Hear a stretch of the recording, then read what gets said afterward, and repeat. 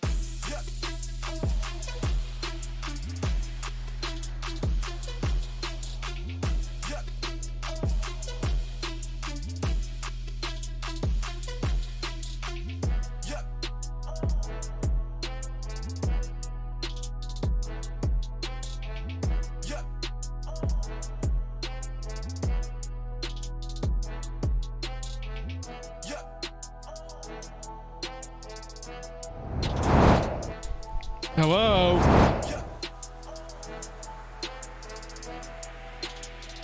Jake, what's up?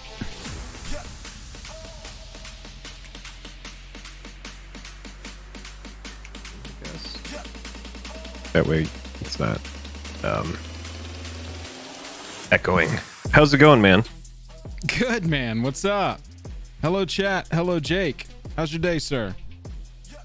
It has been a long day. A long day in the sun. Long day in the sun.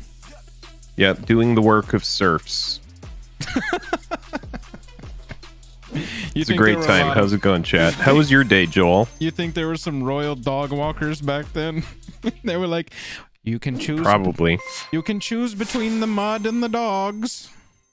I'm sure that somebody walked some stupidly rich person's dog at some point in the dark ages. Take the mastiffs to the left fields. Yes. Let them run. It's good. And then man. I got home, and because I was in the sun all day, I fell asleep on the couch for like 2 hours, which is always good. So I had to wake up and take a shower to kind of like. It's like time traveling. It's honestly it's a little bit of a pain in the ass. It's a little bit of a pain in the ass because there were things that I needed to do. So I have a nice to-do list of things. I'm sure that chat's super excited to hear about my to-do list. Yeah, absolutely. We're just catching up. Chat, Jake and I haven't gotten to speak today. We're very busy people. We both have to balance lives and real life jobs, but this is what we love to do. This and Fortnite. You have Fortnite downloaded, right, Jake? That's what this is tonight, chat. We're just gonna play Fortnite. Thanks, Joseph. Yeah, this is a Fortnite stream. No, we're gonna be going over what we're buying from May, what we buy as of today in May, and we've got some other stuff to go over. We did a small video about scams. We're going to talk about some scams that kind of happen sometimes in MTG, especially with all of these new products today. If you're not well versed in it, if you don't have a doctorate in understanding MTG products, you might buy something you don't know what it is. Seriously, it's a little ridiculous. And then we have some other stuff to talk about. We're going to talk about backgrounds, which is going to be this new commander thing. So the way background works, Joel, can any commander with partner just use something else with background? Is background a version of partner, or is its own thing? It's kind of like it. I studied. I think I know this mechanic backwards and forwards, and I am going to basically teach it to you, and chat can help me tonight. So that before the end of this stream, we are going to be experts on the new card type background from the new set. Annie's here. Okay. So we're going to be experts by the end of this. I'm super excited for that. Oh, yeah. That's good. We're going to be experts. Card Shop Reality says this back and forth banter is an example of why I'm a friend of the channel. Card Shop, longtime friend of the channel. How's it going, man? Nice to see you. That was a nice compliment that left swerved into you bragging that you're our friend. Mikhail Payson says, is Double Masters 2 collector box 4-packs a scam? You know, I think we're going to have to talk about that product a little bit. Oh, yeah. Yeah, we've got some... I'm going to pull up some pictures. Honestly, we just need everybody to... We're going to clip off the pictures in our explanation, and we just need everybody to send it to, like, their parents and their parents' parents and any friends' parents and grandparents who buy them anything possibly related to MTG, because that's who it's gonna hit, right? That's who these scams hit, is people out of the loop, and that's what sucks about them. I think so. I think I've got 9 some times out of spicy 10 picks with a scam, it's getting somebody who knows MTG enthusiasts that they're buying for. I think anybody who like jumps on to like nab a Gaia's Cradle, like why would you pay, $900 for one if somebody has one on there for like, $500 or something like that? And it looks good. Then the all pictures of a sudden, look good. Yeah, it looks good in a picture. You're like, oh, this person must need to just get rid of this card. Now all of a sudden you're giving somebody a nice proxy from the bootleg MTG subreddit. And and those are great. Those are great for filling out a deck and playing a deck. If you want to get those high-end proxies that are identical to the card for the sake of tournament play, then by all means, just know which cards you have that are those cards, especially if you need multiple copies for different decks. I think that they're great for that. But a lot of people resell them with the intention of scamming people, and that's why, I think the bootleg bootleg community. They're like, no one would do that with our proxies, and it's like, dude, come on, seriously, man. No way. Jake, what do you think about starting with background, and then we can go into what we're buying after that? Yeah, that's fine. That sounds good. Gotta go to the next song though. This song's not gonna cut it. Oh, actually, I could probably listen to. I'm just gonna put some music on for myself in the background, since there you go, man. I told it could be anything. It's just gonna be some copyright music, baby. I'm just gonna put on some Please brag the whole time about the copyright music you're listening to. Just gonna put on some nice copywritten music in the background here. Yeah, I'm gonna listen to some Taylor Swift because that's what Annie wants me to listen to. You're not even gonna hear it. You know what? That's what we should talk about today is Taylor Swift. Joel, are you ready for this? Yeah, isn't there a big court battle going on with her or something right now? I'm pretty up to speed on the news. No, there is no court thing going on with Taylor Swift, is my understanding. Oh, gotcha. She got an honorary doctorate at NYU. Honorary? In fine arts. Oh, nice. Honorary doctorate. Which they were like, that thing you did, that commercial you did where you picked a sweater out. Thank you. I think it's a cardigan. Cardigan. Sorry. But you had to remind me of cardigan. At least it's an honorary thing, because the thing is for the people who are doctorates in fine art, it seems like a little bit of you're pouring some sand in my boots. Isn't that one of your colloquialisms that you like to use? No slander. But Taylor Swift's slander. There's no slander going on. I'm just discussing it. We're talking only good. Jesus. You gotta stop and get out of here. Especially when we're talking about Taylor Swift. Welcome back to Jake and Joel are Swifties. I just wanted to discuss that. It's a big thing in the news. Yeah, there's a lot of stuff going on abroad in other countries that we know nothing about. But in the United States, Taylor Swift has an honorary doctorate. And then the other thing is we are privy to all of Johnny Depp and Amber Heard's news. We get we just have a front row seat to it. It's been we weird get to see and the personal. Pictures. We could, and it's literally there's nothing else going on. It's it's like 12 hours a day for weeks, and so there is so much content there. I can't understand. Everybody's taking like single sentences, chopping them up into shorts, 5-minute conversations, chopping them up into videos. Yeah, Jake, we should have like side projected a Amber Heard and Johnny Depp trial channel just to cut clips from that and post every day. It's just wild to me because there has to be something else that's going on that takes a little bit more precedence, looking at Ukraine and Russia. Okay, there well, has now we're to be demonetized. Something that's a little bit more important to report on. But we do live in this weird simulation that's kind of like Idiocracy with Luke Wilson and Dax Shepard. Great movie if nobody's seen it, and we just kind of like live in this weird kind of, it's a little bit like The Matrix, but whatever. I'm getting this out and we're going to have a great time. Yep. Here we go. Let's just go ahead. I think it's time to talk about backgrounds. What do you think? Yeah. Why don't you tell me about the backgrounds as somebody who is, I know a little bit about this. You know what? Why don't I tell you about my understanding of backgrounds, and then you let me know what is wrong about it. So Jake, what is from the new Baldur's Gate Commander Legends set, Jake? What is your understanding of background and how it works? All right, so my understanding of it is I'm picking a legendary creature. And this legendary creature is going to pair with an ability or a color. Okay. And or a color.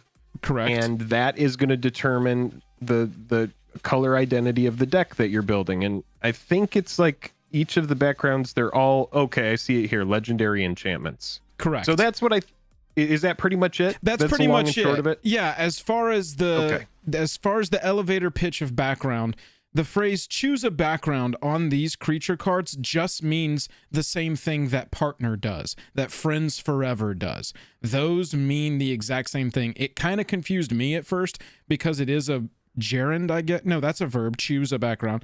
So I got confused because I thought maybe when you played it, then you choose it. No, it just means the same thing.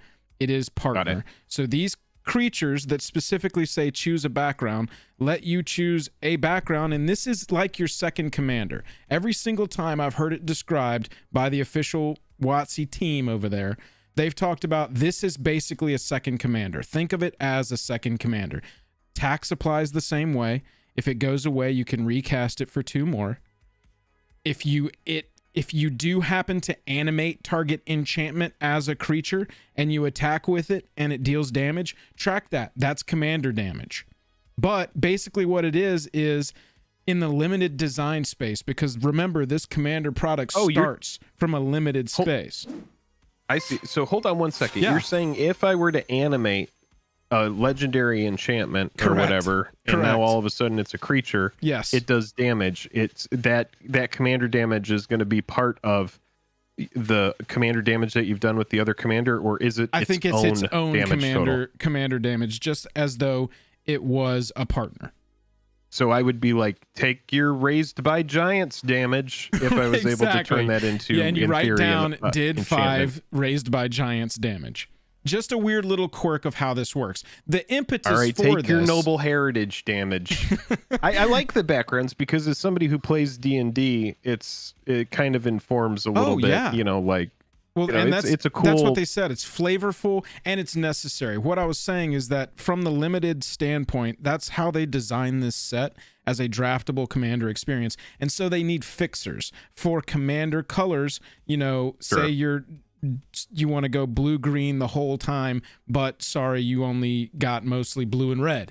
Now you need to choose one of these background creatures and choose one of their backgrounds to match up. Boom, so that you've got the right colors for your limited experience. That's also why they've included Faceless One, and Faceless One for the limited experience, this will have very little constructed application, but Faceless One is a background itself, and it also says choose a background. So if you for some reason don't draft any commanders, but you just draft a bomb set of black and green cards, play 2 Faceless Ones, choose black for one and green for the other, and you've got your commanders. Clay makes a good point here in chat, saying they couldn't continue partner because the possible combinations would be too much to test. Exactly. And whether or not that's, speculation or not. I mean, it just... No, that's what Gavin said. Right? There's already over 1,000 combinations of partner, but a partner-like mechanic is necessary to make a draftable commander set work. And so they had to come up with something else. Or the partner, it was going to get to a point where partners like, why don't you just play partner? There's literally a combination for every archetype that you want to play, every color set you want to play, and they can't keep adding to that. So yeah, that's exactly right. So the big thing that we should know then is that there's a specific set of cards that are able to have a background, and the first printing of them is here. They exist in the new Commander Legends Baldur's Gate. Yes, correct. Set. Right. As far as rare mythic ones we've seen so far, like let's look at Lae'zel, because this was the cover art for the set itself. If you would put 1 or more counters on a creature or planeswalker you control or on yourself, put that many +1 of each of those counters on that permanent or player instead. You choose a background for her. I haven't really even looked at these, but oh yeah, wait, here we go. Noble Heritage. Commander creatures you own have, when this creature enters the battlefield at the beginning of your upkeep, each player may put 2 +1/+1 counters on a creature they control.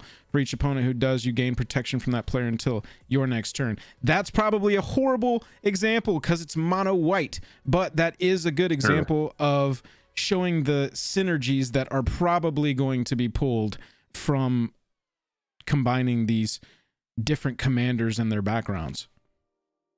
Right. Yeah. I mean, this seems like a cool space to explore here. So I'm excited to see, more spoilers for this set. I guess it is important that we should let chat know. We do have a spoiler for this set on May 24th. So make sure you come check it out. Also, how about we get the likes up a little bit? We got over 200 people watching. Can we get to 69 likes? That's going to be super easy. And then we're going to have to get to 169 likes. And that's going to be for the big memes. Of note, Jake, cards that say commander, they do affect this legendary enchantment. but only if that so look at this. If you control a commander, you may cast this spell without paying its mana cost. Fierce Guardianship, Yes. Deflecting Swat. We know these cards. If Yep. you have your background on the battlefield, but no commander on the battlefield, you can still play this because it would check for a commander, and it would check for a commander and see it, even though you don't have your creature commander on the battlefield. They were important. They were specific to note that. And then if you have a card that says That's commander creature, like when that spell mana is spent to cast a creature spell that shares a creature type with your commander, we've got a commander creature on some of these that it won't affect, but it will affect if it's just on the. Does that make sense? Am I making sense? No, that makes sense. Counts as a commander. I see where you're coming from. The big thing to keep in mind is that this is for. This is a commander. It is a commander, right? But it is set up as a legendary enchantment. What's cool about the background is it seems really hard to remove. Being a legendary enchantment. That was my first thought. Once you have it on the battlefield, it's kind of a pain in the ass to get rid of. So it goes up in mana cost each time you recast it, just like your partner, just like a commander. Yeah, exactly. And honestly, when you look at limited, there's going to be play for some of these uncommon, some of these even common legendary backgrounds that we're getting. But that when we get into constructed, probably going to look at our mythics, probably going to look at our rares. Like I said on the preview stream, I really like Gale because whenever you cast an instant or sorcery, you can cast the other type from your graveyard and then exile it. And so Gale is like constantly returning your stuff. So now I want to see like a good, probably black enchantment that has to do with spell casting, maybe sacrificing something, drawing cards, something, maybe a red one that has to do with instants and sorceries. Blue, black, it's some sort of removal because, that's a good way to get the most out of that because you do have to pay to cast it from the yard. It's not a for free thing, which would make it just, insanity. Absolutely busted. Busted. But so that's kind of what I'm looking forward to once we've got all of our cards previewed is what creature and backgrounds are going to be, the premium options so that we can, really see what effect it's going to have on constructed. Because we know like this one cost, Cultists of the Absolute, commander creatures you own get +3/+3 and have flying, death touch, ward, pay 3 life, and at the beginning of your upkeep, sacrifice a creature as the downside. But the 1 mana, the 2 mana ones, that's the kind of stuff that's going to be competitive, especially when we're looking at rares or mythic abilities. That's a great little aristocrats background right there for the format, And what's cool about these backgrounds and, what's great about having common ones and what we should say to anybody who's planning on drafting this, who might be a little intimidated by the draft experience, you're not going to have any problem getting your colors. You have this one colorless background that you can pick. You can choose a color, essentially, is what it's saying. And that's if you're completely just like, oh man, I have nothing else that I can possibly use. It's going to be really easy to make sure that you get any kind of 2-color deck that you want. It's a very dirtily format though. Pack removal, draft flyers, draft menace creatures. Draft creatures that say, when this creature taps and attacks, it does something. That's stuff like the kind that. of stuff that you're going to want to do. Any type of crown horn stag type thing like that. Exactly. Any type of flag bearer that taps something down. The hammer at the table is what you want to act like. And so if you're an attacking deck, you want to act like the hammer for sure. That's right. That's a good way to do it. I see a really good question here. Grim Tutelage says, you may have covered this, but if it has partner, can you choose a background, or is it specific to keyword background? It is specific to keyword background. That is how they designed this, so that they could make partner, but not print more cards with the keyword partner on them. But that is a really good question. And I think I saw somebody else, if you choose 2 commanders, can you have 2 backgrounds? And they don't background with each other. You can still only choose your creature that says choose a background, and then you choose a legendary enchantment background as your other commander. Right. But I'm super excited to see where it goes. Somebody was asking how many we have so far. We've only seen previewed 3 days now. So far, we've got 17 creatures that say background on them, and then we've got 14 backgrounds so far. But I bet we see a lot more of these, before everything's said and done. Yeah, probably at least a common one of each color, I would guess. Probably an uncommon one of each color. Yep. That would make sense. Something like that. If you have a set that's gonna, so this is gonna be, we're drafting a commander deck. So is it gonna be the same draft experience? This is something that we should talk about then as well. Is it gonna be the same draft experience as, you know, Commander Legends, where you're drafting 2 cards at a time? Yeah, it's all the same. All right. So Format all of that being the same that's pretty self-explanatory. So unlike most draft experiences, you're going to be drafting 2 cards at a time. Yep. This means that you're going to get to what I would prioritize as removal and stuff like that. Make sure you get that removal. Make sure that you get anything with like evasion so that you can get through. But it's going to be a fun experience whenever you get to draft like that, 2 cards at a time. That's good. Oh, I did. This is also a thing that is relevant to backgrounds. These can just be an enchantment in the 99 of your deck. If you want to run an enchantment in the 99 of your deck that says commander creatures you own have base power and toughness 10/10 and are giants in addition to their other types, you can just run that. This can just be a legendary enchantment in your deck. Also thought that was relevant. That is relevant, and it's good that you say that because somebody just wrote that in chat and they were asking. Yeah, good to know. Good to know there.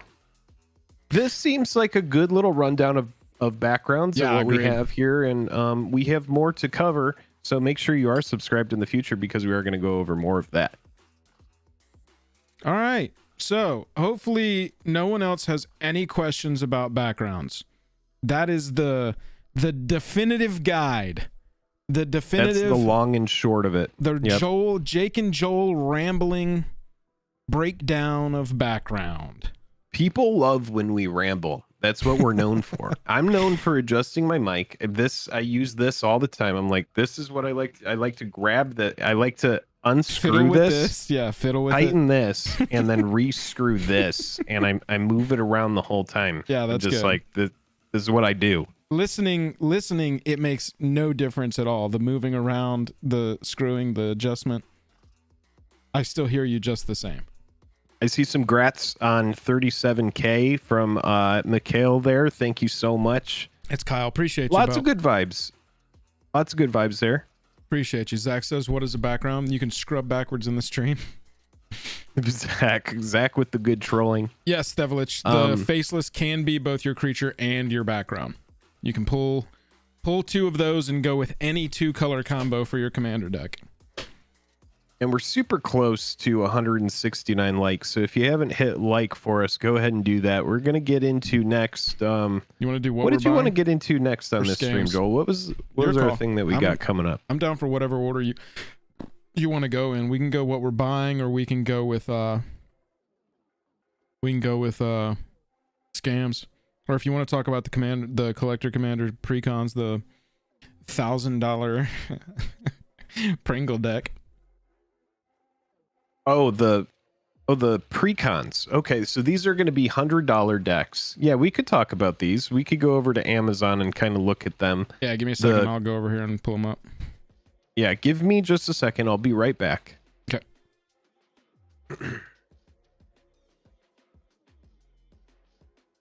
Y'all, what do you think of these things? $456? Whoa! That is the first time I'm seeing that. This is ridiculous.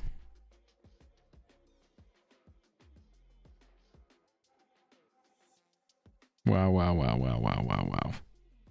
What do we even think of these?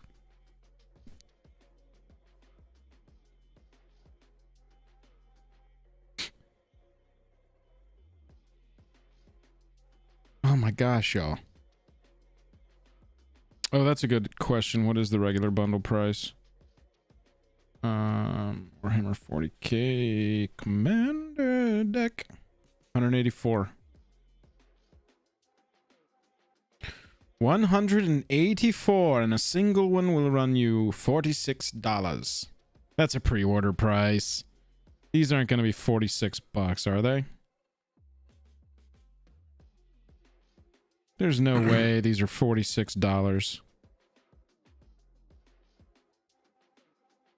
Bro, this has got to be a pre-order price, right, Jake? There's no way these Precons, the base versions of these, are going to be $47.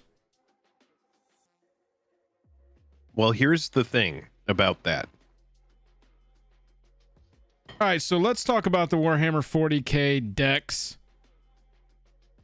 Jake, I just asked here's you, the thing about it $47 is for one of these? That seems like a lot.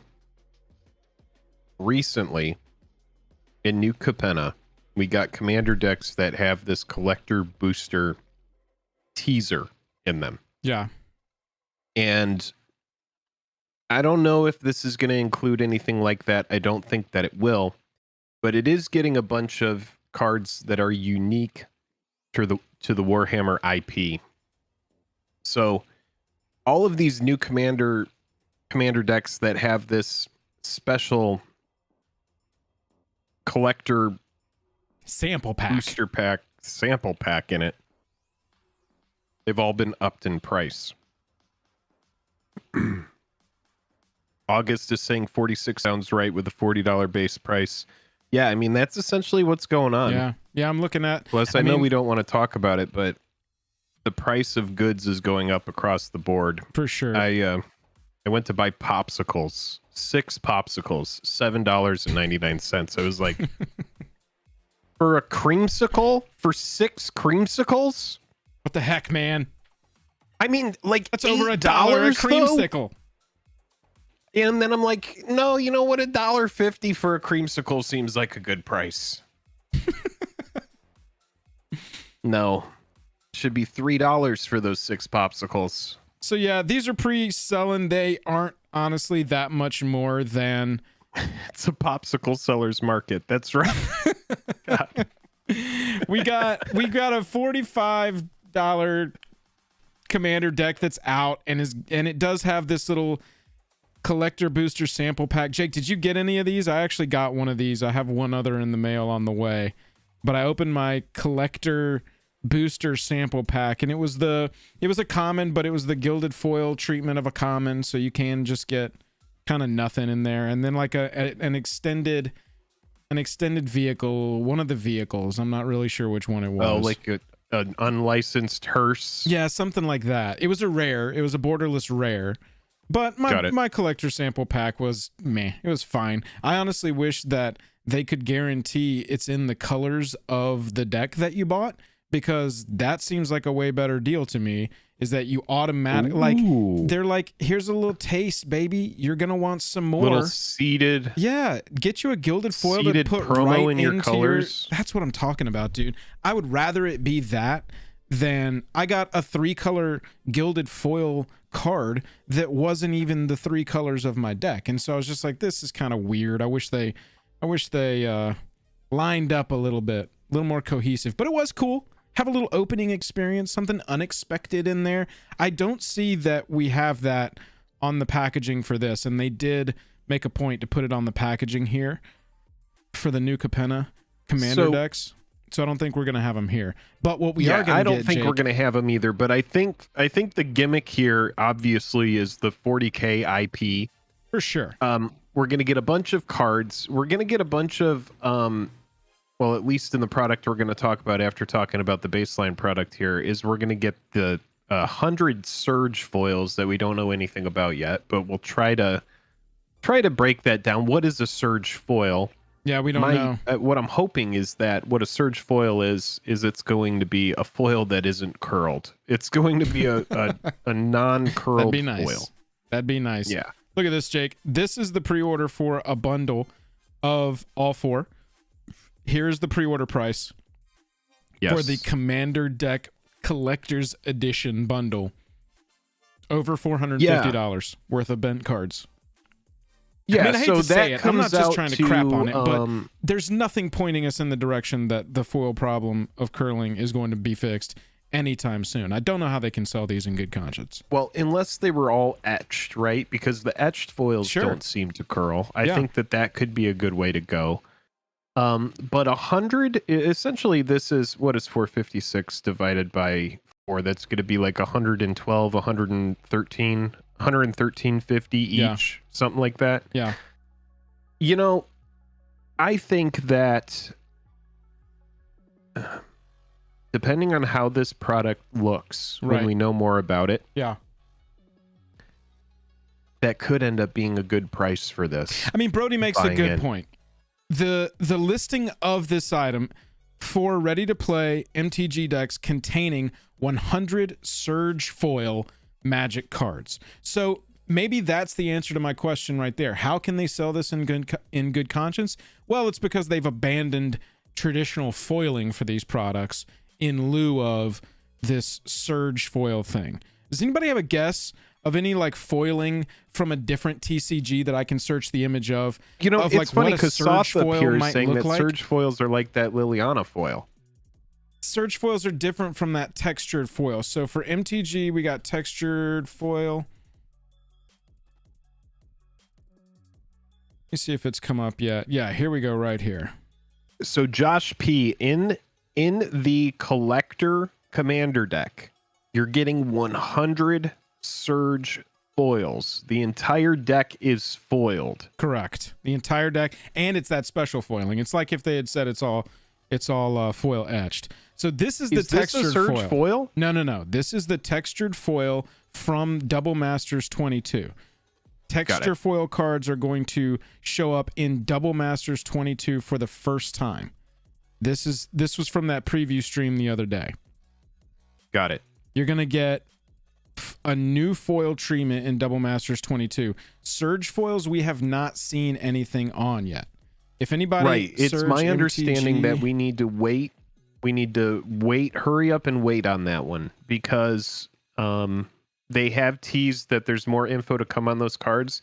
But let's talk about, you know, if I'm a big company, right? Yeah. And I don't know if anybody has heads I win, tails you lose in hand yet. I don't know if they do.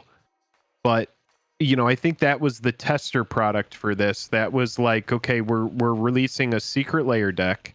The secret layer deck didn't even have a full 100 foils, and I'm pretty sure that people still lined up to buy heads I win, tails you lose. Right. So I imagine that's what tested this out, and now you have this product here that is they you know, they're selling $100 commander deck right out the gate.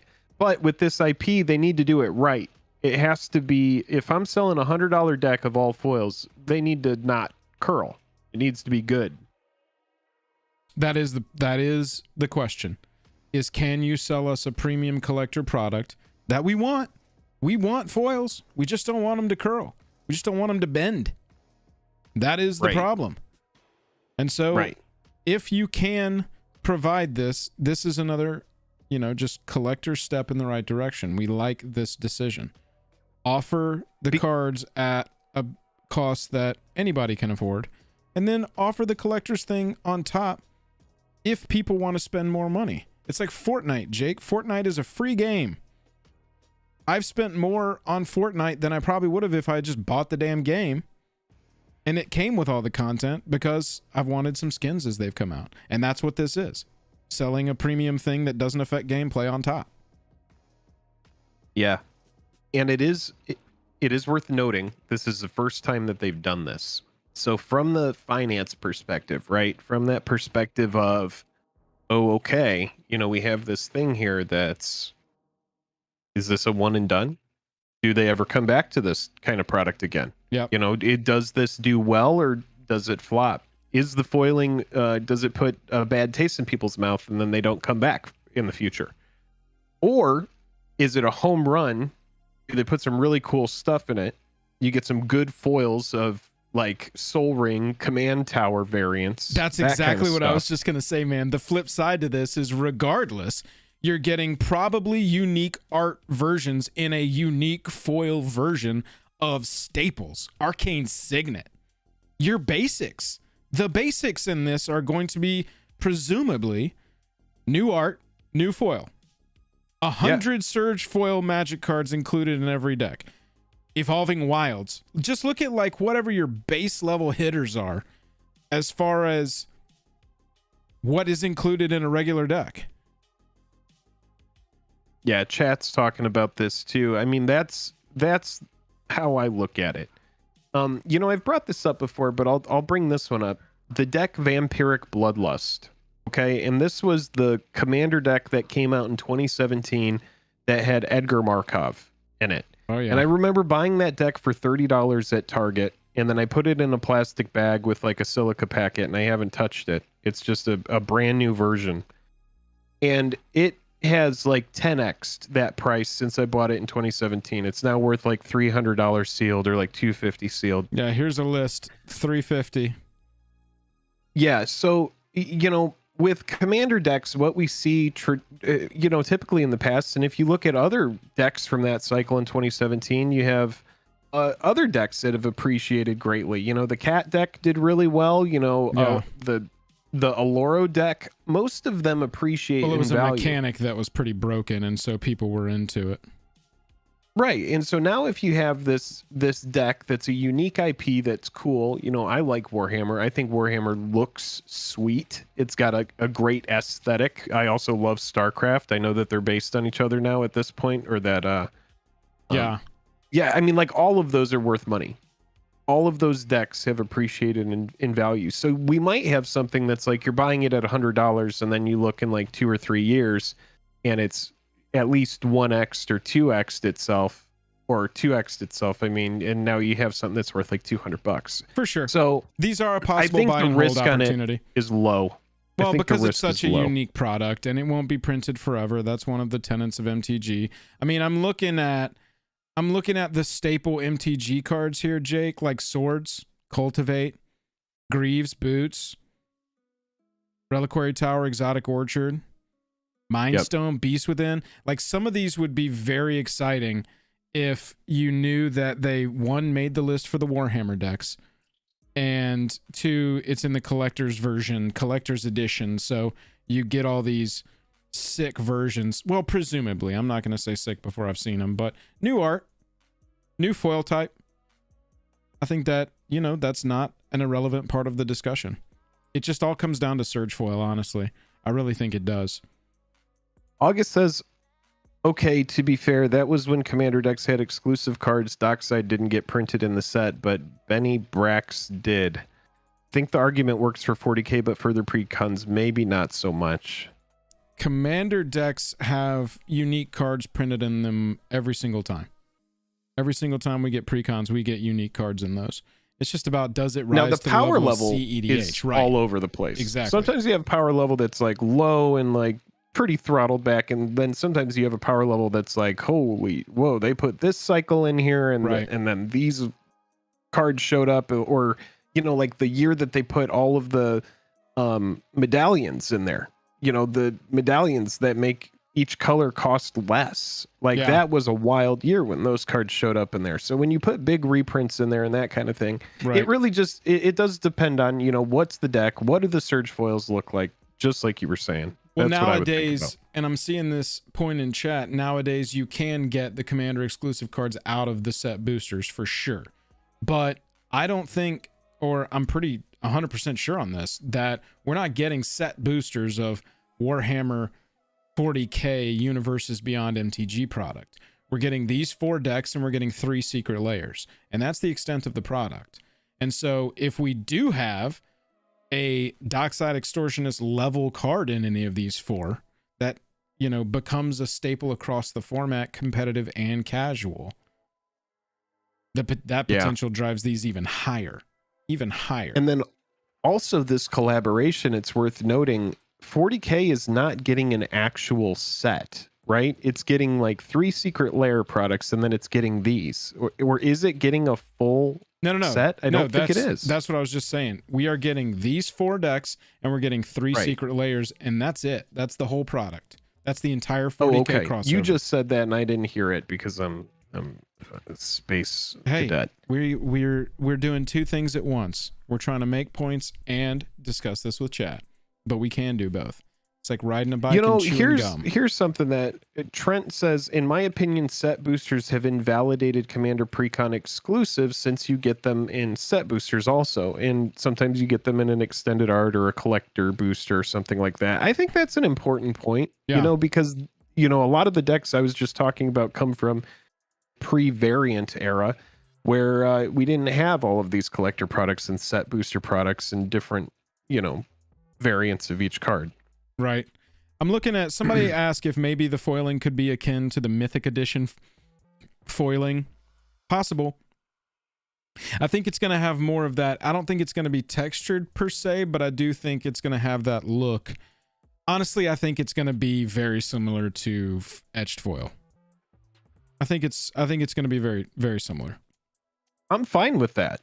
Yeah. The etched foil, I know that some people didn't like the etched because of, you know, just like the sometimes we've seen it twice. It looked great in Commander Legends, and then the second time we saw it, it kind of muddied up the card, quite honestly.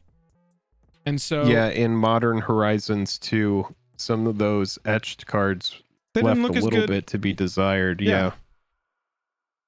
Craziest TCG foils. I want to see if anything comes up for this. Like, you know, something like the Pokemon foiling, where it's like a speckled look, almost a starry look. I mean, Warhammer 40K's got a space element to it, so, you know, something like that could be a thing. Maybe. We've seen cards like this. This is almost like the textured foil, and I don't think that they're going to go so far as to make the art also, you know, needlessly neon and foily as well. But this is something that I've seen talked about. Well, you still want to see the art. Yeah, it'll be interesting. It'll be interesting. It's a big play. You're definitely right. They have worked us up to this. They've honestly done that pretty much across the board with all of these Age of Variant products, starting with box toppers. I mean, box toppers at the time, the first time we saw box toppers, y'all, we were hyped. We were like insane hyped. There's a video on our channel of Jake pulling a borderless foil Tarmogoyf and us acting like we had just opened a $1 million bill. But that's how hyped we were at the time. That was pretty wild. And now those borderless cards are just in like every freaking booster you open. Yeah, they are. At that point, they were called box toppers, but since then, now they're just this extended art thing. Fab cold foils. I haven't even seen one in person. Is that embarrassing? I have never even seen. What is is this a cold foil? I don't know what a cold foil looks like, honestly. Cold versus rainbow foils. A rainbow foil is just kind of like the foiling that we have. The cold foiling is like this. It's really, you have to hold one in your hand or like watch some videos. It's not a big stark difference in my opinion. I really haven't. What are the chances that the legendary creatures from 40K Warhammer will receive an MTG version like those from Stranger Things? And if there will it negatively affect the collector's edition? You know, I think that they will have to do that. I think they will have to. I think any of the Warhammer cards will have to appear like the Secret Lair cards, probably in a future set booster. That's my guess. I don't think they've said anything about that. I don't think they've said that these are going to be reprinted. I think that's just the ones that appear in Secret Lairs. Oh, well, I would imagine if you're making a mechanically unique card that appears in a Warhammer IP, kind of like foil and etched. You can't ever reprint it, you have to have the MTG version of it, right? Because with Warhammer, after they get past this collaboration, then that goes into future licensing deals. Right, so they can't reprint it as that. Yeah, so I think it needs to have an MTG version. That seems like a lot of cards. Obviously, they've got 42 new cards coming in this set. 42 new to Magic cards. Yeah. So, I mean, so far it's only been like, oh, it's a Secret Lair of 7 Friends Forever, however many was in the Stranger Things. And so 42, that's a lot. That is a big chunk. They'll be like, and in this set, we've got new art and titling for 42 cards that you first saw in the Warhammer 40k Collector's Edition. That's a lot. Yeah, I mean, they have a lot of work to do over at Wizards of the Coast all the time these days, especially with Hasbro, with good earnings. They want to keep those earnings up. Yeah. And yeah, I see mixed reviews in chat. I see some people that, oh, sorry, Snout Bacon lost 80% of the collection to water damage. Sorry about that. That's I see some people that are saying, they don't want to play against Warhammer cards. I mean, you kind of just have to like chill, saddle up to multiverse theory at this point. Like everything is just a part of something else. It's everything everywhere all at once. I mean, whenever we play Fortnite, and I hate to bring this up again, but we have someone that's a stormtrooper. There's somebody that's playing as Wanda. Doctor Strange. Kylo Ren. Yeah, so I mean, I think it's funny, man. Honestly, and it's kind of funny. Talking about Fortnite again, I think it's funny when we're like, oh, Spider-Man's over there. Kill him, kill him, kill him. Well, essentially, you have a game, Magic the Gathering, that's withstood the test of time. It's got a huge database of cards. It has a massive following of players. And so you have these games that are like, oh, we could do a card game, but nobody's going to collect it because they don't want to collect more than one card game. Most people, and I'm saying this speaking for myself, most people that I know, they don't want to collect more than one card game. They got the one card game, and outside of that, it needs to be like a game that's all self-contained in a box that you just pop it open. Everything you need is there, whether you're playing, like Ticket to Ride or Dominion or something like that. But with Magic the Gathering, you have a game that's got this like massive collection of cards that's just, it's almost like a blob, and it absorbs other IPs. It's like, you come to me. Yeah. And I will take you, and you will live in my world. Because that's kind of like what it is. Like, you have games that would otherwise fail. You have games that are just absolutely shit that people don't even want to buy. Or you can play a Warhammer card game in this weird multiverse that's like an amalgam of different IPs at this point. Yeah. That's just kind of how I feel. I think everybody's always going to be, especially more indoctrinated players, longer time players. I'll admit, sometimes my first reaction when I see a new thing in MTG is just like, oh, back in my day when I played in Odyssey block, Kamal was a pit fighter, and it's just gone way past that. And honestly, I want the game to do well, and if the game does even better by expanding, making some more money, doing some crossovers, bringing new people in, let's make this a household game. Let's make this where everybody's got a freaking commander deck. If you're a gamer, everybody likes, most board gamers will just be able to sit down at anybody's table and play Catan. What if more people were, it was definitely I want to play commander tonight. That sounds good to me. I want to say this. Navy Cherub said in chat, thank you for saying this. Morrow has said on his blog multiple times that they have made no promises about the bigger products like 40k and Lord of the Rings getting reprints. So maybe this will be your only time to get these unique cards, for as long as these are available. I'm interested to see if these collector edition commander decks sit on shelves at Target, because you want to talk about a theft opportunity. How about 100 probably on a Target shelf, $120 commander deck? There's just no way. Yeah, it'll need to go into one of those plastic displays. I think this is going to be something that the LGS gets. I think that, obviously Amazon has it. The biggest LGS, the Bezos LGS, Amazon. Yeah, that's true. It's everybody's local game store. It's everywhere, all over the place. It's everywhere you want to be. It is the Commander Target. Yeah. Maybe buy a Commander deck while you buy a candle. I think that's the new slogan. Degenerate mind goes to stealing. Yes, that's right. I'm not a thiever. I don't like to thieve. I'm not a stealer, man. I don't even know what to call it. So, officer, it wasn't me. But I do see, I go by the card shop, the card aisle every time I'm at Target. I'll say this, at my Target, they moved all of the MTG product from the front to the back of the building. It is now in a special like collectors section where over on the right you got all your Funko Pops and over on the left you got a bunch of like baseball cards and all that shit that used to be at the front of the store. Now it's in the very freaking back of the game section. So you got to walk all the way through children's clothes. What's in the middle? Normally like home goods. That's where you walk past your candles. Then you walk past board games and Batman figures. And then you're at the video games, and then on the back wall is the collectors, you know, MTG and baseball cards and Funko Pops. So I know that they've thought about it. I know that they were having problems with it. Jake and I, man, remember MTG, the VIP packs? That was such a problem when they released those, because there had never been anything that expensive sitting on a Target shelf.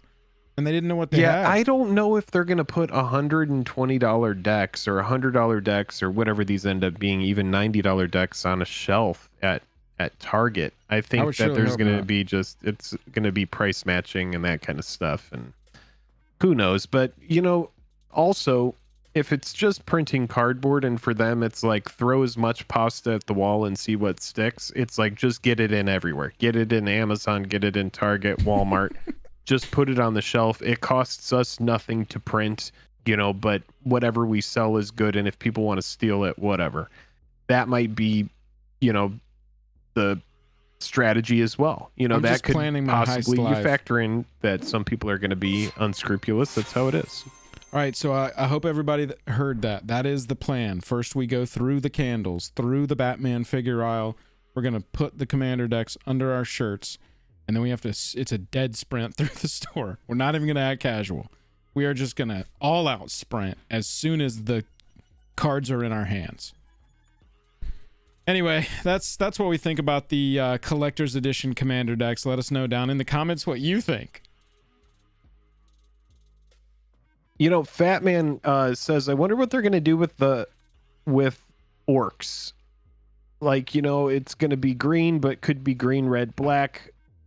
And then I'm guessing Gazakal is a big character. Yeah, I liked orcs too. I like the aesthetic of Warhammer orcs. They're cool. But I wonder if they're going to be goofy with the cards, because orcs is the joke army. I know because I've been playing Warhammer 40k for as long as Magic, and I've been playing MTG since alpha and beta. Oh wow, so you've been playing it for a while. These are the secret layers. X Warhammer 40k, we got orcs. We got Warhammer Age of Sigmar. So we are going to get some cards that look like Age of Sigmar, which is the more medieval Warhammer version. Oh, wow. Okay. Yeah. Because there's Warhammer and then there's Warhammer 40k. Correct. Guys like this. Yeah, orcs get a secret lair. They're not getting a deck, which is kind of a missed opportunity in my opinion. I think the orcs would have been great as a deck. And then we also get Blood Bowl. I'm not even familiar with what Blood Bowl is. I don't know what it is. Oh, it's like a football version of Warhammer. Nice. Warhammer, but football. Warhammer Orc Football. Nice. That's pretty cool. Oh, here we go. Age of Sigmar is the fantasy themed, yeah, as opposed to the grimdark sci-fi, and then Blood Bowl is a tabletop parody of American football. Oh, right. Sick. So okay, Blood Bowl is that seems fun. Yeah. Anyway, that's 40k. You know what we were doing there though? We were kind of getting into some MTG scams, and you know, the one thing that we could talk about, there's a lot of scams. There's a lot of scams out there. There's eBay scams. There are price matching scams. There's the scam where people go and they buy the Commander Collector booster, the single booster, and the single booster box, it is a box. So then people take a single collector booster and then they go on eBay and they sell it as a collector booster box, because technically it is a box, but it's only one pack. So you have people that are getting duped that don't know better, because you have a collector booster box of 12 packs that looks like a collector booster that's a single pack. So I've got the pictures up now, Jake. So if you don't mind, I want to ask you to repeat yourself here for just a little bit. Let me tee this one up. We've got MTG scams you need to know about. Jake brought this to my attention. He made a short last week, and honestly, I had never seen it, and it's kind of mind-blowing. So, Jake, just to repeat yourself a little bit, walk us through what we're looking at here, and then we'll look at the next set, too, because we know that we think this has been fixed, but we'll see. Well, yeah, we'll have to see. Yeah, I see easy money in chat. Right, exactly. Essentially, what you're looking at here is a single collector booster pack. This is what you would see at Except Target. It's put in a box. It's in a box. I guess it's in a box for its own protection, so it doesn't get stolen. Yeah, pocketed. I don't know why it's in a box. It's a big. It's make it bigger. This is probably theft prevention. It was probably created with a good mindset, but unfortunately. But the problem is you have this text that first of all, let's show the full box. Okay, so you have this. The only difference between this box and the box we were just looking at is on the right side here you have an S, which notates that it's collector boosters. And then on the other one it says collector booster. So if you're just looking at this at a glance, you're like, oh well, that product is that product. It's just the same shit. 15 cards, says it on the box. Right, but if you mouse over where it says 15 cards, that needs to be like massively bigger. Oh yeah. That needs to just be like the top left of the box. And then I actually think that you need to have a banner that goes across the box or art that is so dramatically different that it looks like a different product, but a banner going across the box that says one booster pack, something like that, or one single booster. Because the people that are getting screwed over, because you could go to eBay completed listings, and yeah, let's do this. Let's go to eBay completed listings. This isn't completed, but this is in progress right here. We are looking at this live. This is $60 worth of product, right? Because these are like $20 each. They're like 20 to 25. So at maximum, it's $75 worth of product. And you have two that are sold. Now you could type in collector booster box and you could do completed listings and we could look at a whole bunch of people that are getting screwed over by this. But essentially WotC needs to come in here because I'm not getting screwed over by this. You aren't. Everybody in chat, most of the people here, I'm sure there's a couple idiots hanging out in chat that are going to get screwed over by this. But most people here that are watching this stream aren't getting, they're not getting screwed over by this. Because you can buy a whole box for like $210, $220. I'm sure Kamigawa Neon Dynasty is creeping up because there's actual big chase cards in it. But yeah, you could get a whole box for like $250, or you could get that collector booster. Now there's one that sold for an appropriate price that we passed. Yeah. But and we're looking for ones that are green. Right. Because those are the ones that sold.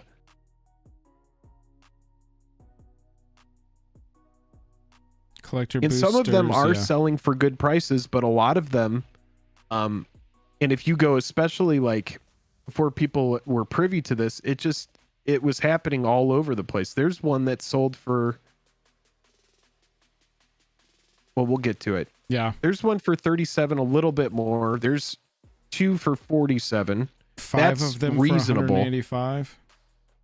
I mean, like 30 and below, like if it's 35 or below, I don't think it's anybody getting scammed. Right. But like this here, 5 for 185. Right. That's way high. You could buy essentially a box for a little bit more money. Yeah, exactly. So this is just something to keep in mind because we see it happening all over the place. For sure. It's happening way too much. And do Capenna collector. Yeah, that's what I want to look at, is see if because it happened a ton with Capenna. At this point, Kamigawa's probably sorting itself out a little bit. See, and I mean, look, and this is the problem, right? This is the problem right there. The boxes of collector boosters, that is a collector booster. That is a booster from Target. This is what the packaging looks like for collector boosters. So it wasn't fixed with Capenna. The big question will be, is it going to be fixed with... Now, we did Commander see that Legends. new Dominaria packaging that made it look kind of like, oh, okay, well, maybe they're going like way different here. Like way different. Right. So we'll see with Dominaria United what they do. But this is one that I would definitely be leery of. And this is kind of like the TLDR of this is, oh yeah, here we go. Some new Capenna. Yeah, seeing some of the... I would also look out for what exact booster you're buying, because I'm seeing some of the collector boosters and the sample boosters sort of all hanging out around the same spot. It's just something to be aware of, y'all. It's very fixable for them, especially as soon as we start seeing the collector booster art, collector booster Here, packaging. Joel, try sorting by shipping high to low, and then that will show us in a big way on Streets of New eBay Capenna. completed.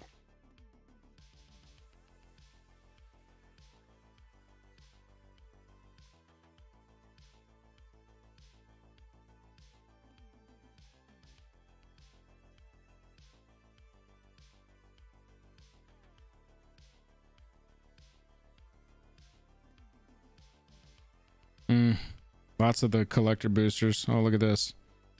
15 of these? What's 400 divided by 30? These are individuals.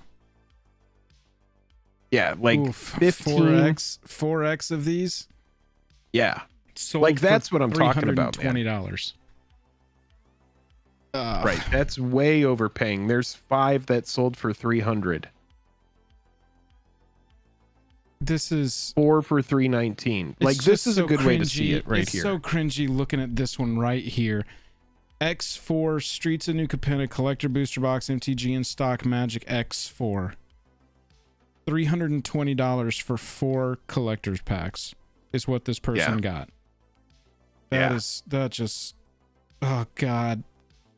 And that might be somebody who's just like, well, money is no object to me. I do not care about For money. sure, but and even, that's fine. Normally people who money is no object, they can be very stingy too. And so, I mean, 4 collector booster boxes for $320, that's a steal. That's a deal. Mm-hmm.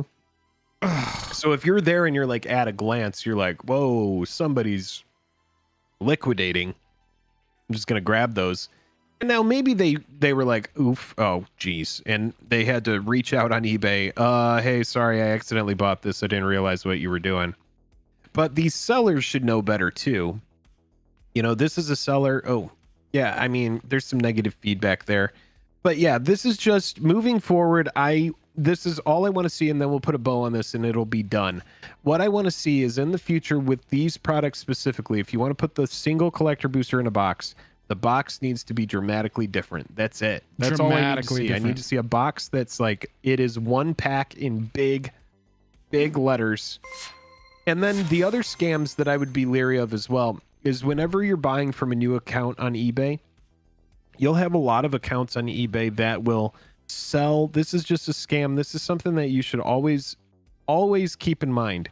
Is just because someone has 100% feedback on eBay doesn't mean that they're exactly like, because some of these people that are selling these boxes here, they have 100% feedback. They know what they're doing. Right. But they're saying, it is a collector booster box because technically it is a box, even though it's a single pack, you are getting a box. Right. So, well, and we've seen that scam before too, honestly.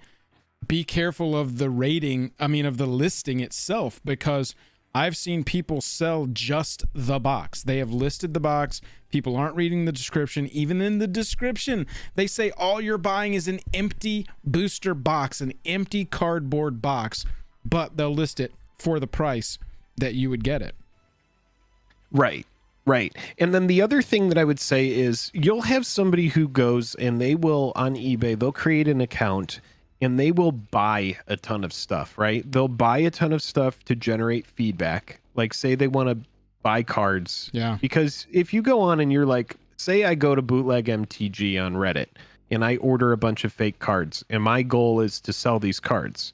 So what these people do is they go and they generate feedback buying cards and then selling cheap cards that are authentic. And then once they've generated enough feedback to make it look like they have an account that is, you know, a well-oiled machine, then they start peppering in, well, now I'm going to sell a big high-end fake card because it looks like I have a legitimate thing going on here. Not saying everybody does that, Sure. but I have seen eBay accounts that do. So you just want to make sure that, you know, 9 times out of 10, or I should say 99 times out of 100, a seller's not trying to rip you off. But there are people out there that are just like, well, if they don't know any better, that's the risk you take when you spend money on the internet. Those are the people to watch out for. Yeah. I would just say make sure you don't just willy-nilly buy high-end stuff. Sometimes I like to vet that stuff a little bit more. For like sure. buy And from a Facebook group or like buy from somebody that I know. right. Trade. This is an online, obviously, trick because it's pictures. Right. Making a low-res picture look like an actual, you know, just not glancing at it, honestly, specifically enough. Yeah. But Jake uses eBay a lot, and so he sees a lot of this crap. Yep. Also, repacks. I don't really understand why people do repacks, but that's a scam for another day. I tried to look up Commander Legends Baldur's Gate to see if the Target had their collector boosters listed yet, but they do not. I haven't seen them anywhere. On the Commander Legends Battle for Baldur's Gate packaging guide for WPN stores, you see the collector boosters, what these look like with the pink and blue dragon. It'll be interesting to see if we get a different Single box. Yeah, single box. Yeah. I see August says, do you guys remember when people were selling PDFs of graphics cards, like straight images? August, those are NFTs. That is that's exactly what we're talking about. Disingenuous sellers online. Nope, that's the pre-release kit. I was curious if maybe that was what the collector booster looked like on Target shelves, but that is just all of the packaging there. They don't show the Target packaging in the packaging. They're like, that's only for Target, y'all. You don't need it. You know, and someone brought this up and they said maybe those boxes are fulfilled by a different person. Maybe there's like people that are breaking open the collector boxes and putting them in single boxes, and then maybe they just take a high-res picture of the box and they just make it into a mass-produced thing. You know, maybe they just take a clip of, you know, the collector packaging that Wizards of the Coast produces, and then they repackage these. I don't know. I have no idea. I don't know who's in charge of it, but it doesn't seem that difficult to have two separate pieces of art or a box that makes more sense so that grandma and grandpa don't get screwed over. Yeah, for sure. Especially grandma and grandpa buying on buying on eBay. I like the suggestion from Crane Guy, says they should put a window in the single pack. Just put a little plastic, you know, from like here over. Put the booster in the pack. You put a little window on this corner of it, and it shows that it is a single pack in there. That's basically exactly what Jake is saying. There just needs to be some easy, immediate delineation that is like no questions asked. That's a different thing. You're not going to get me sellers. Right. Raya Lion says, off topic, but what's the best Discord to find people to play Commander with through Spelltable? The ones I've seen, you have to pay to use their Discords. Raya Lion, in our Discord, there are always people playing Commander. There's like always people looking for games on Spelltable. We actually run a Commander League through our Discord and our Patreon. You got to be a Patreon member to play in the league, but we support it with prizes, so we hope you get your money back on that kind of thing. Past the league, which has like a monthly rotating format, and it's very budget friendly, proxy friendly, whatever you want to do. very supportive group too. Everybody's very like, let's play optimally by conversing. We're not here to super spike. But if you don't want to join our Patreon, the Discord itself, we have a looking for group room, and there's pretty much, like Jake said, always somebody to play Commander with because of the league. People are always wanting to test out that week's deck because you get a build like format at the beginning of the month, and then a budget 100, then 150, then 200, then 250 as the weeks go by. You get 4 games in a month, then the format rotates over and everybody's wins and losses are wiped away. But yeah, there's always a ton of people to play Commander with in our Discord. I just dropped that link in chat if you want to join our Discord.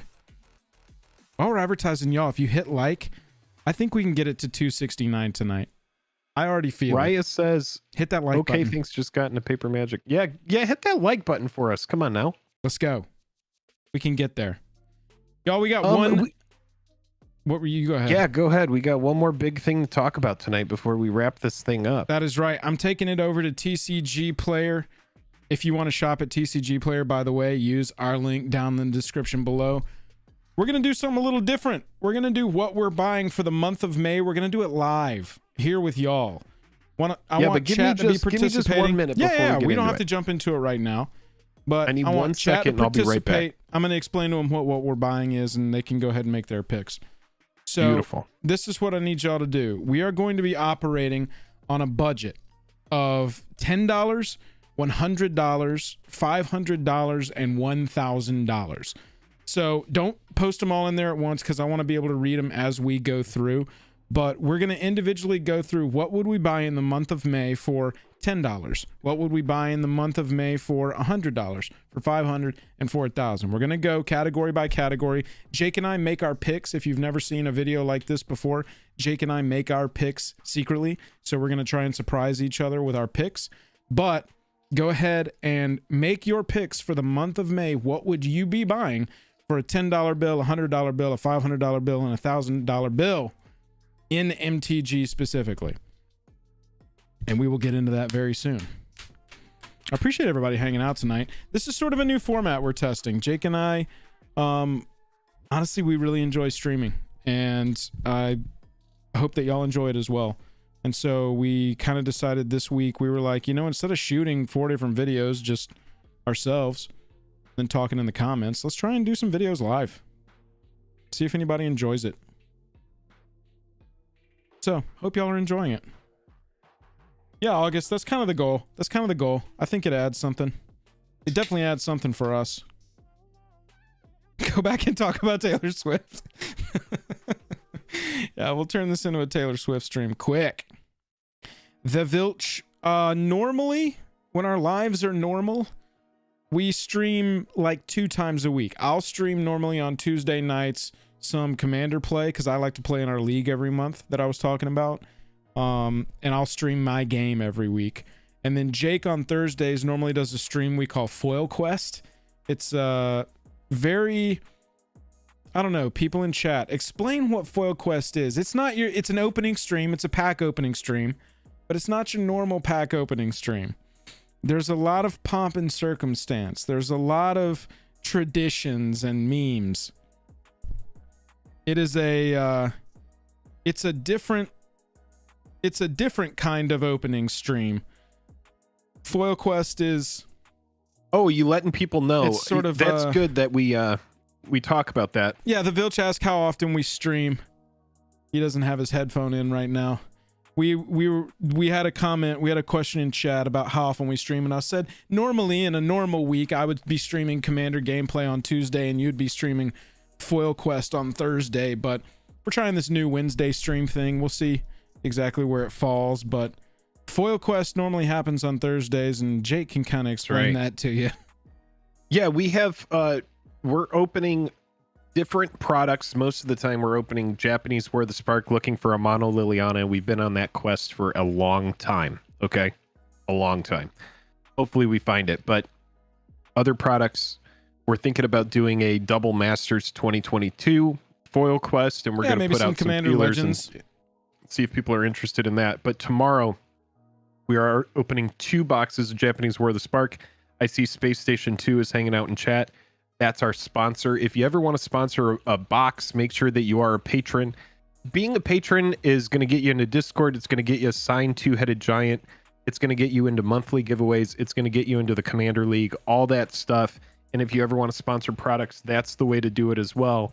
But yeah, we do have a stream tomorrow. It's good that we talk about this before we get done with what we buy, because I know some people will probably head out after we get to the end of that. So yeah, if you are enjoying the stream, if you want a little bit more streaming this week, come back tomorrow, because at 6 p.m. Pacific Standard Time, we are going on a 72-pack quest to see if Space is going to go home with some fun stuff. It's a blast. Some of the, some of the moments that we have had, I'll never forget the night that Jake didn't realize his echo was on his Go XLR, and every time somebody in chat said, Jake, your echo is still on, turn it off, he would go back and read comments, and he would read down to like the sentence before somebody told him it was still on, and then he'd go, I'm reading too many comments, I gotta get back in, I'm gonna open these packs now. They want to hear the sound bite. I don't know if they can hear it. I'll try it. Oh yeah, go ahead. Oh, they can hear that. It's time. It's a lot.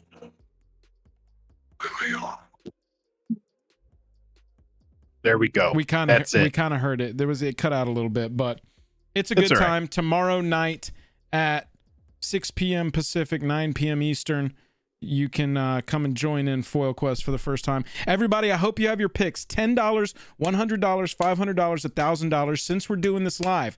As we start telling you what we would buy from each category, from each budget level, I need y'all to be filling up chat with that as well.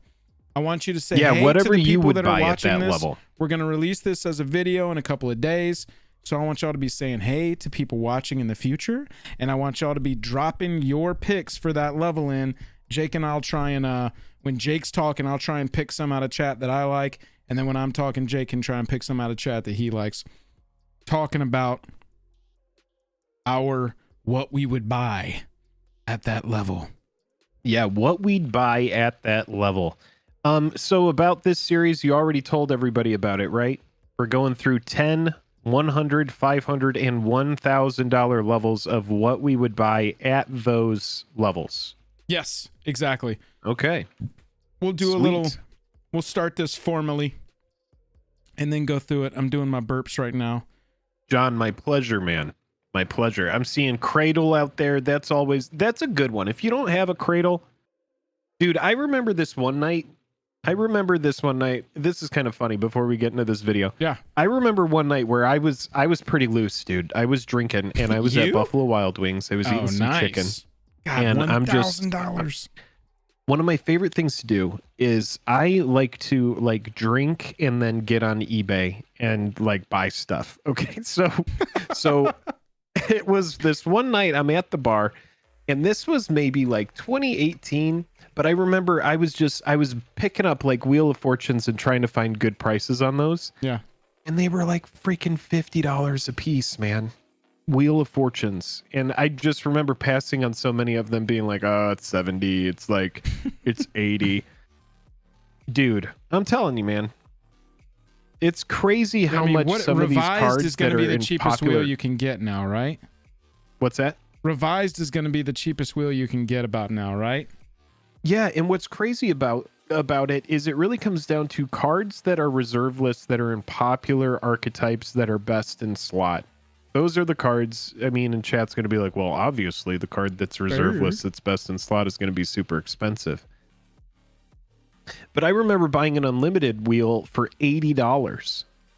An unlimited one. I'm pretty sure you have a wheel as well because of that one collection that we picked up years ago. We bought a collection, Jake, at the time. I'm pretty sure you were oh yeah, this is a $40 or $60 card. This is fine. Right. And I was well, I don't have one. You Can didn't I take have it? one, so you were hey, I'd like to have the wheel. And it's of course. So I'm happy you have one. But yeah, it's crazy how much these cards yeah, I mean, look at this wheels? Completed listing on TCG Player, 5/18/22. This medium, moderately played wheel went for $249. Look at the picture of this thing. This thing is loved. This thing was played bare. This thing was played out of sleeve for sure. Right. That's how old that one is. 100%. Ugh. Yeah, the one in my cube, the unlimited one, Yeah. is just like, oh my god, it's a near so it's heavily played. Heavily played. Look at that No, one. my revised one is gem mint. I have a revised one that is untouched. It is definitely worth grading. The centering is off a little bit, but like the surface is beautiful. Look at this copy. This one's completed for just over 370. Yeah. That's a pretty copy. There's a light play for 330. That doesn't even look like a picture of it, but I'm gonna assume that it is.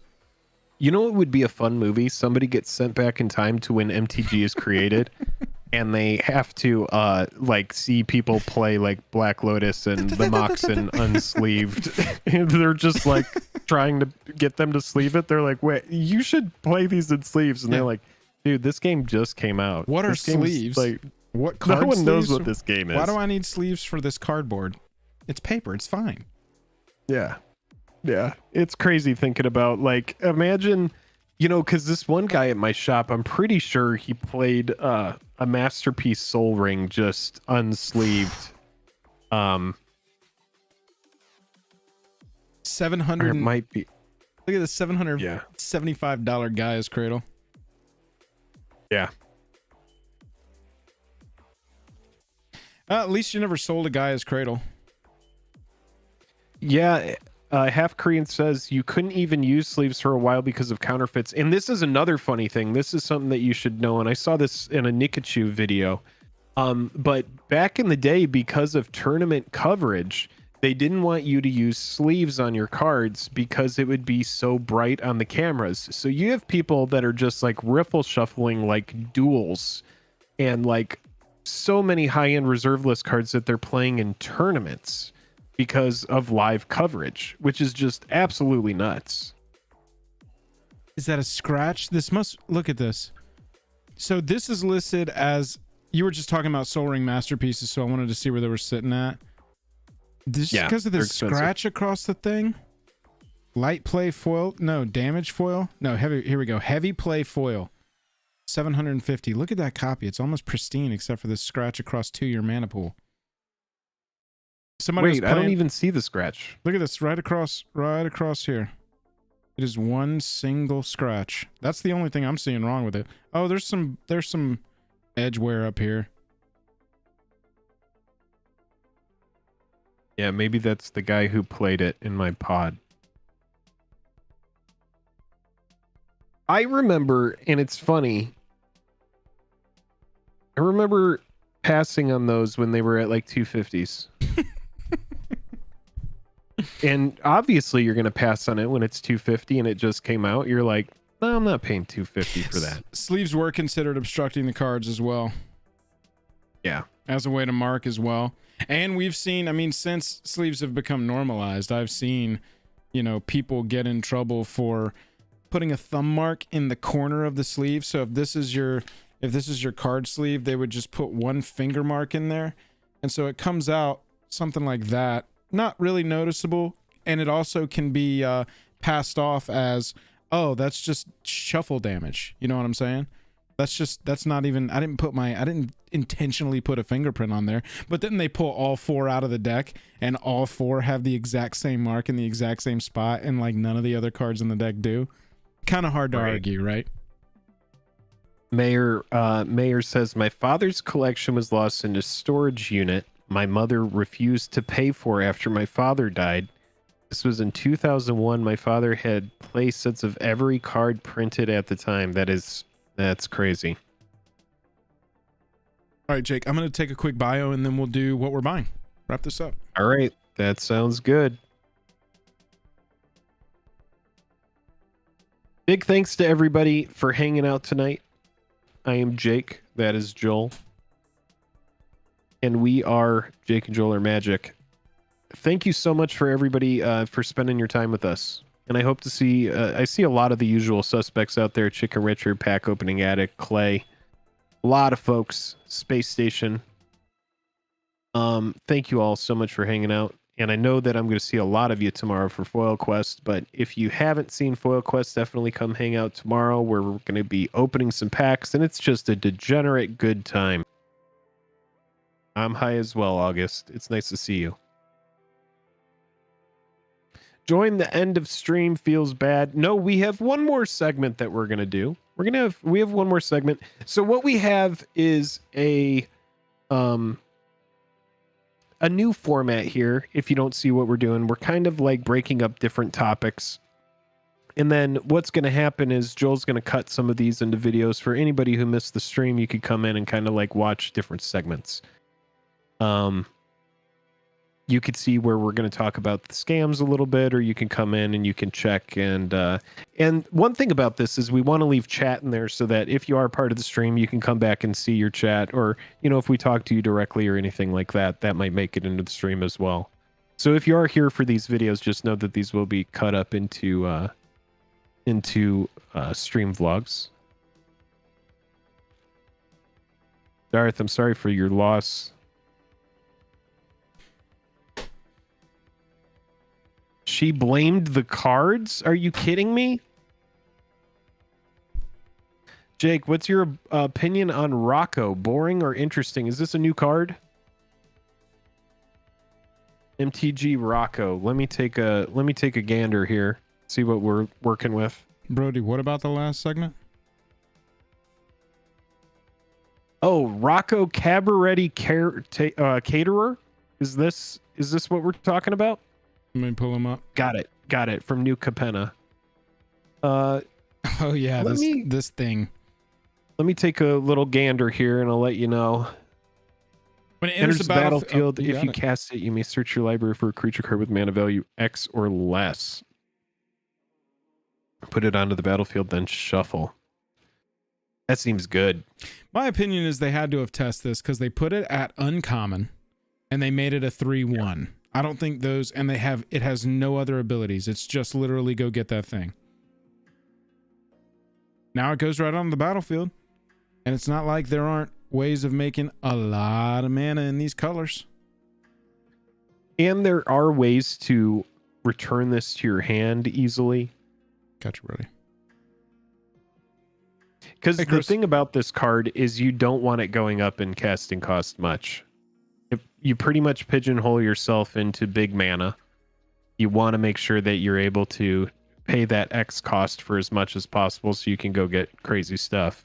Honestly, this is the kind of commander that if you're building this as your commander, your best line of play is probably have some sort of combo. You'll have a way to go get one piece, and then Rocco will be the way to get the other piece so that you win with your combo. And so it has to resolve kind of a weakness of it, because the second time it's going to cost you 5 mana plus the CMC of whatever creature card you want to go get. Right. And you're not really, it's just like a strange tutor out of the command zone. Zach G has a good point, says this is a tooth and nail commander. I agree. Exactly. I think it's something like that, just like Joel's talking about. Chris N says, I like the stream. Thanks, Chris. I like you. I mean, go get your Kiki Jiki. You've already drawn your Zealous Conscripts. Sure. You've already drawn your Zealous Conscripts, and you need to find your Kiki Jiki, so we're going to pay 8 mana. Again, very, very high CMC here. Jake is 100% right. You're sort of pigeonholing yourself into, I'm always, every single game, gonna need a ton of mana. But I'm seeing Crater Hoof pop up in chat too, and I think that's exactly the kind of stuff that, it's Naya. Naya is great colors. The super unique commander finisher, Crater Hoof Behemoth. I'm just shitting on Crater Hoof. It's a fine win con. I don't care. If you can resolve an 8 mana spell after you've got a sick board and it hits and you get to survive the attack, fine, you won. Also, let's keep this in mind too. It's in Dockside's colors. So you could have just a mountain of treasure because of your opponent's artifacts and enchantments. So, I mean, there's a lot going on here. You could go use this early on to go grab your dockside, and then make sure that you get a bunch of big mana on the board early on. Yeah, that's I think true. it's a 5 fun mana. toolbox. Now hang on, damn it, Jake, damn it. Right now, hang on.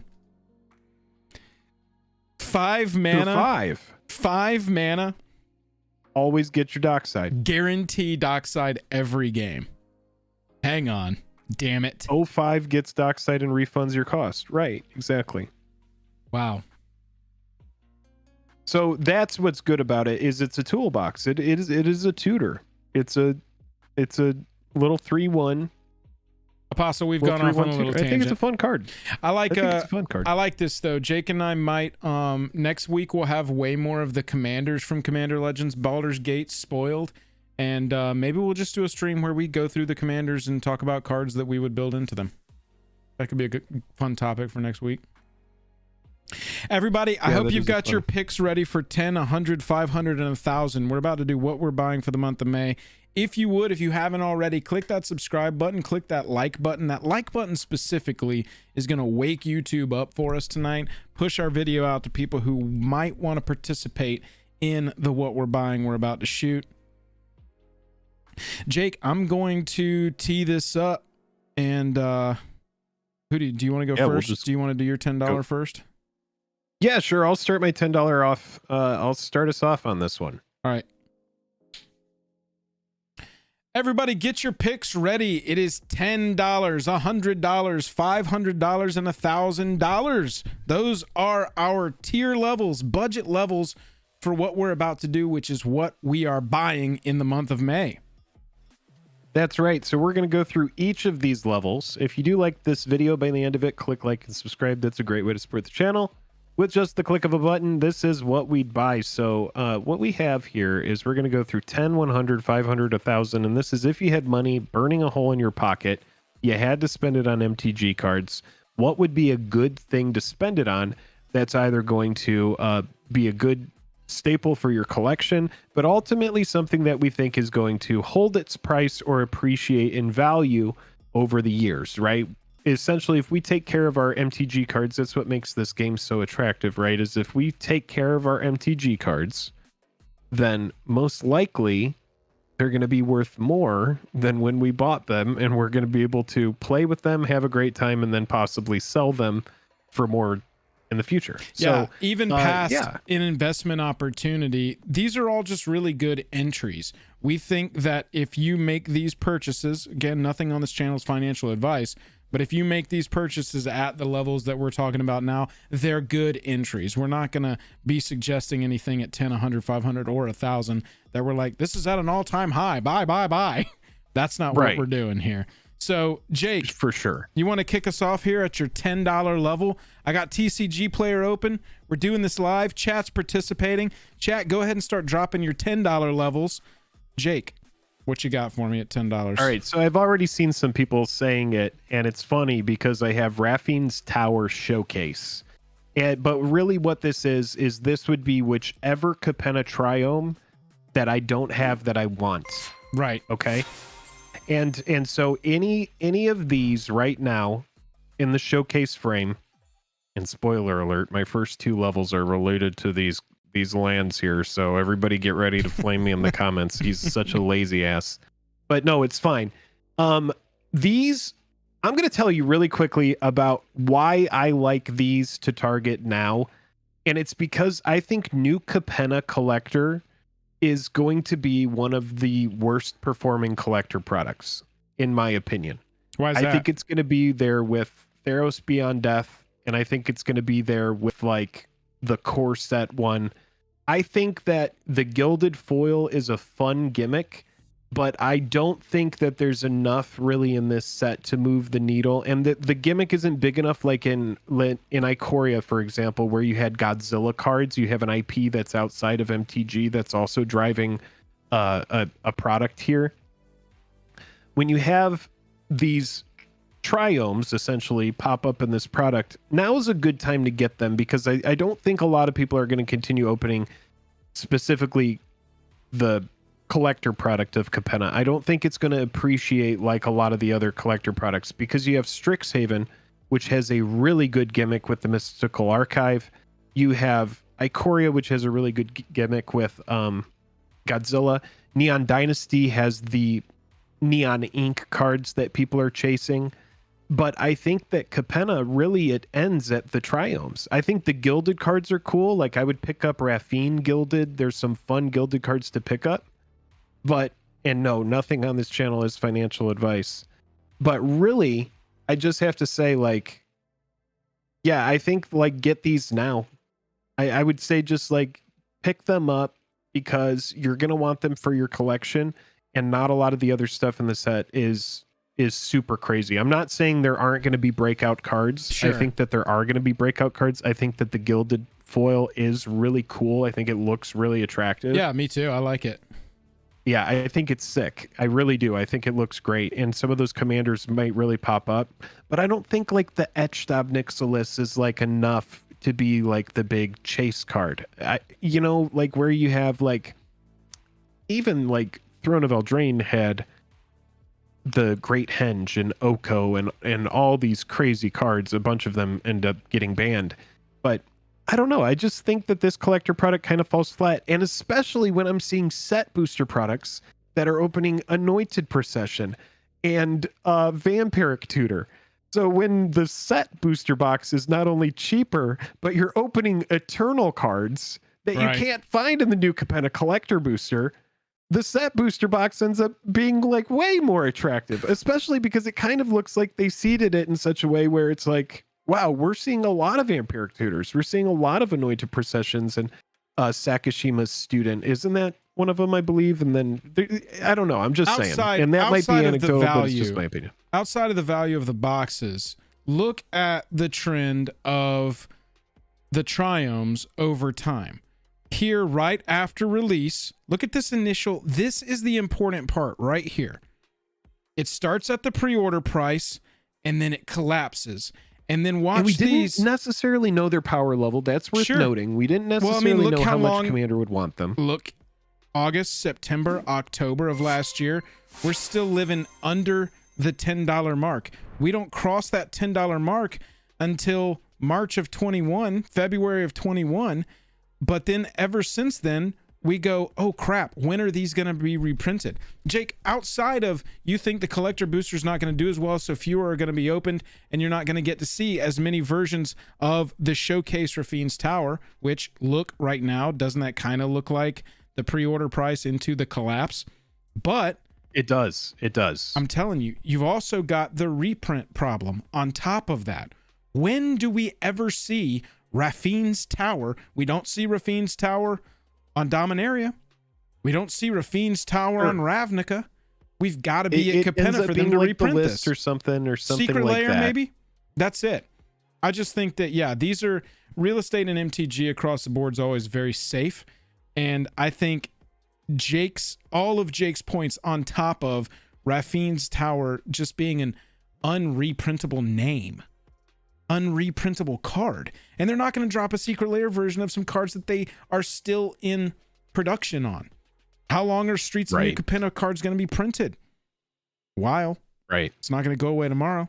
Not going to go away in 6 months. So yeah, I mean, at $10 right now, this is honestly, to me, Jake, very akin to us preaching buy your fetch lands now, because in 2 years people are going to be complaining about fetch lands again, and we're just going to point back to the 8 videos that we made on the subject.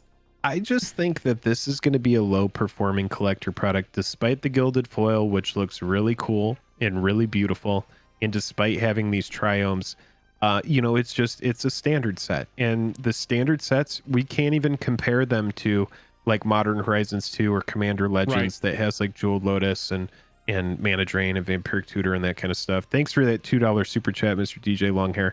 But yeah, it's just like, yeah, it really comes down to real estate is always good. So all of that to say, Joel, what's your $10 level? My $10 level is a little card that everybody was so hyped on because it was so unique. And it is unique. It's a 5-color commander. It's called Goshintai of Life's Origin. If you haven't picked yourself up the set booster exclusive of Goshintai of Life's Origin, not Be financial aware. advice. Be aware. No. I'm not giving financial advice. I'm just saying be aware. This card has fallen under $10. Okay, so this is a set booster exclusive. It doesn't appear anywhere else. Correct. If you will look at the current date as we shoot this video, as we stream this topic, May 18th. Look at that little all-time low right there. What are we seeing? Look at it. It looks like an IPO release. Initial public offering card comes out at an all-time high of 52, and then it tanks like so many new stocks. Right. And look, this is not a card that you're like, oh, I'm only playing, I guess if I want a shrine tribal deck, I'll play Goshintai of Life's Origin. No, bro. 5 mana, tap it, return target enchantment card from your graveyard to the battlefield. Forget the rest of the text. This is a 5 mana enchantment deck. You can play shrines if you want to. How about just a 5-color enchantment deck? These 5-color decks, they withstand the test of time. These 5-color commanders, a lot of them, if they're worth a crap. I just think Goshintai is always going to be a viable 5-color enchantment deck option, or the literal only shrine commander option. Not literal only, but like, come on. This is, you're creating the 1/1 shrines. I've played against this deck so many times. It overruns. It overruns so fast. The way that I would build this is I would build it in such a way where I'm like kind of looting through the deck and just tossing big enchantments in the yard, like pitch Omniscience, right? Yeah. And then like just ramp up, go grab it. I think it's casual, but I do think that the risk is low, especially coming out at $50 and then tanking down below 10. That's what I'm saying. You know? This is the kind of like hype price up here. These pre-ordering for above $30 for the first 4 or 5 days it's out, and now we're under 10 with it. I just want people to be aware, a very cool commander that we have since, I think Neon Dynasty came out definitely unique. 5 years ago. Neon Dynasty came out 5 years ago or 6 years ago. It was sometime 1,000 products ago. Goshintai. Bro, 5-color big enchants is what I would do. It would be a super casual 5-color big enchants, like all the big splashy stuff. Right. Yeah, man. It's fun. It's fun. And you know what? I think fun is always a good thing to keep in mind, is like, is it fun? Right. You know? Chat, I saw some good options over there for the $10 budget out of y'all. One of my favorite ones that I saw is Devilish Valet. This is a card that you're talking about fun, Jake. This card is like a win con. Some of the extended versions of this, foil versions of this, are much more expensive, but I liked that suggestion for sure because I think this card is super fun. I think Devilish Valet is really good, and it's funny. I think I have a little what I'm buying coming out here in the next few days. But I did Devilish Valet feature on that. I think I grabbed I grabbed 4 foils of it because I do think that it's a card that has some legs. Yep. 4 foil Devilish Valet that I just happen to have right here because I have all of my Capenna pickups. I've picked up some Ascendancies. There are some cards that I think are good in the set. You know, I don't want to just crap on Capenna. I think that the charms are fun. Any modal spells are always good and worth considering. When there's some really good options for 3-color commanders in the set too. So the premium versions of those 3-color commanders are going to go for much higher. Right. Yeah. All right. So now, Joel, you need to start out the next tier, and then we go back and forth. Yeah. Chat, if you had a good eye there for a second, I went ahead and pulled it up. But right now, copies of the foil promo version of Vampiric Tutor have fallen off a little bit, price-wise. And I think that it is a really good time to pick up a unique version of a staple card. Vampiric Tutor. This was circa Ixalan times when this came out, because it's like a pirate kind of thing going on. Exactly. You've got the pirate vampire thing going on. But right now, if I was just to drop, there's been some criticism in the past with this video series from me and Jake that people want us to pick a single card for the tier. So for this one in particular, my other tiers, I picked a couple of different things. But for this tier, I was like, I want to pick one card that is right at $100 right now. And Nice. Vampiric Tutor is it. I mean, obviously the card's power level can't be understated. Hugely powerful. Needed a reprint for a long time. This is the foil. It's always going to be foil. And it's the Judge promo version of this. So this is not going to be reprinted with this art. I doubt this art is ever used again. But Vampiric Tutor right now, I mean, you can get just a base level copy. Probably want to look at the Eternal Masters or the Commander Legends versions, but it's like a $30 card nowadays. The list. Right. The list one that just came out. That's the one you want to. Yeah. So it's got the Eternal Masters set symbol, but it's got the Planeswalker not watermark, but stamp down in the bottom left. About $30 will get you a Vampiric Tutor. Awesome card for really high level commander if you want to play that. A little more competitive choice for your deck as you're tuning towards fun or competitive. But this Judge promo, Jake, this is the kind of card that it fits, it checks all the boxes, right? Unique art, it's in foil, not going to be reprinted. It's just that bling version, and right at $100, that would be my choice. Yeah, I think that's a good one. You went with one card, and I went with five. And chat is already there with me. Again, I did see D Hammer set it $100, a full set of the borderless Capenna Triomes. So that's what I would really go with. I would go with the foil showcase. That's Foil what I would go showcase with. version. I would go with the foil showcase. They're all at around $20 right now. You can find them for like anywhere from like 15 to 20. I think it's the Art Deco frame that I'm talking about. Yeah, I think that's where I would go. That's where I would go. You talking about this one here? The borderless different art version? Or are you talking about no. I'm showcase? talking about the foil Art Deco frame. But I do, that this could be one of those where we split them in half. Sure. Could go with the non-foil version of the borderless ones. Right. Because you've got these.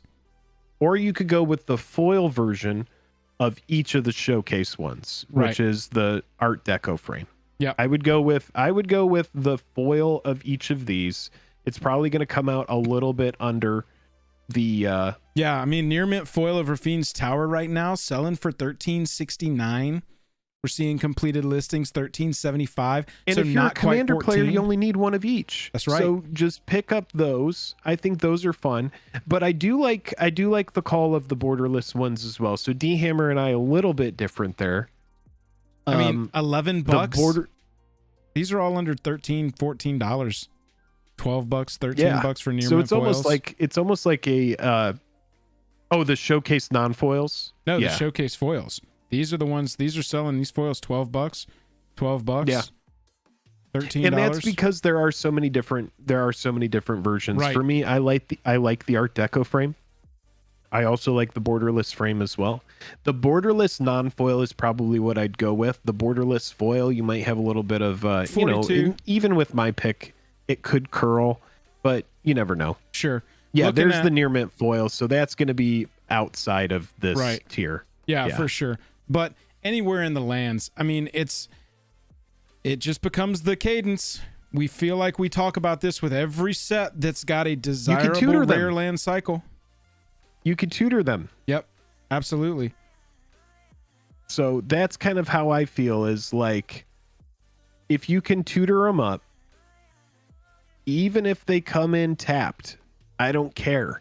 A lot of the time on turn one, I might play a fetch land, then I might not have a turn one play. And on those turns where I don't have a turn one play, I'm going to EOT grab one of my biggest mana fixers if I'm in 3-color. And it will be grabbing the Triome. So these are just a good cornerstone of any collection.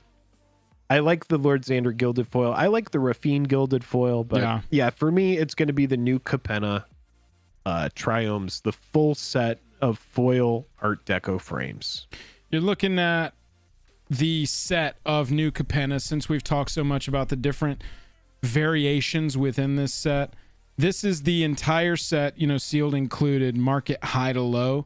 Seeing cards, we're looking at the showcase foil etched obby Jake was talking about. Currently $173.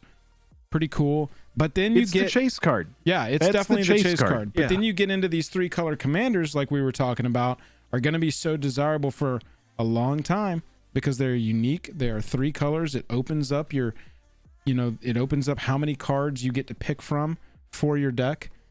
These gilded foil versions of these, 52, 67, 78. It's kind of funny. Xander's on the downslope of the prices of these. Raffine, really getting up there. I bet that price is falling from where it was. Looks good. It's a low mana value commander. The ward is really attractive, and then also it has looting built into it with Connive. Oh yeah, and it's only 3 mana. It's right, that low mana value, that 4-butt. I like this card. I might eat crow on this and be completely wrong about these gilded foils, and I might be wrong about this product in the long term. I do think the gilded foils are very beautiful, but I just don't think that the set has the legs to be like, I don't know, a big, huge uptick in price. The Zendikar Rising, right? That had expeditions in the collector product. Neon Dynasty has Neon Ink in the collector product. Godzilla is in Ikoria. You have Mystical Archive and Strixhaven. And then the ones that don't have that big over-the-top gimmick that gets us into like some eternally playable cards in a way, they kind of like fall flat. And I don't even bring up Commander Legends or Modern Horizons 2 because those are in a different echelon all themselves. So it's, yeah. These graphs are crazy on these. I think we have seen a lot of the dip here. New Capenna is out now. It's in people's hands. Has been for 2 weeks now. Is that right? 3 weeks maybe? Well, yeah. And this is what I would say is, well, New Capenna is out, and like an old booger, we're already flicking it away in anticipation of the new Magic the Gathering set that's going to be coming out in just a few days. New Capenna's been out 2 weeks, which means that it's essentially an old ancient dinosaur that nobody gives any kind of shit about. That's kind of... That's your moist critical review. Yeah, that's exactly. Yeah, I saw what you were doing. Pretty good, right? All right, close. Jake, hit us with your $500 level. All right, Jake's so gonna be I'm like probably 1,000 of the triomes. All right, so $500. I would buy so many New Capenna triomes. My 1,000 tier is all of the triomes you can find in a 20-mile radius.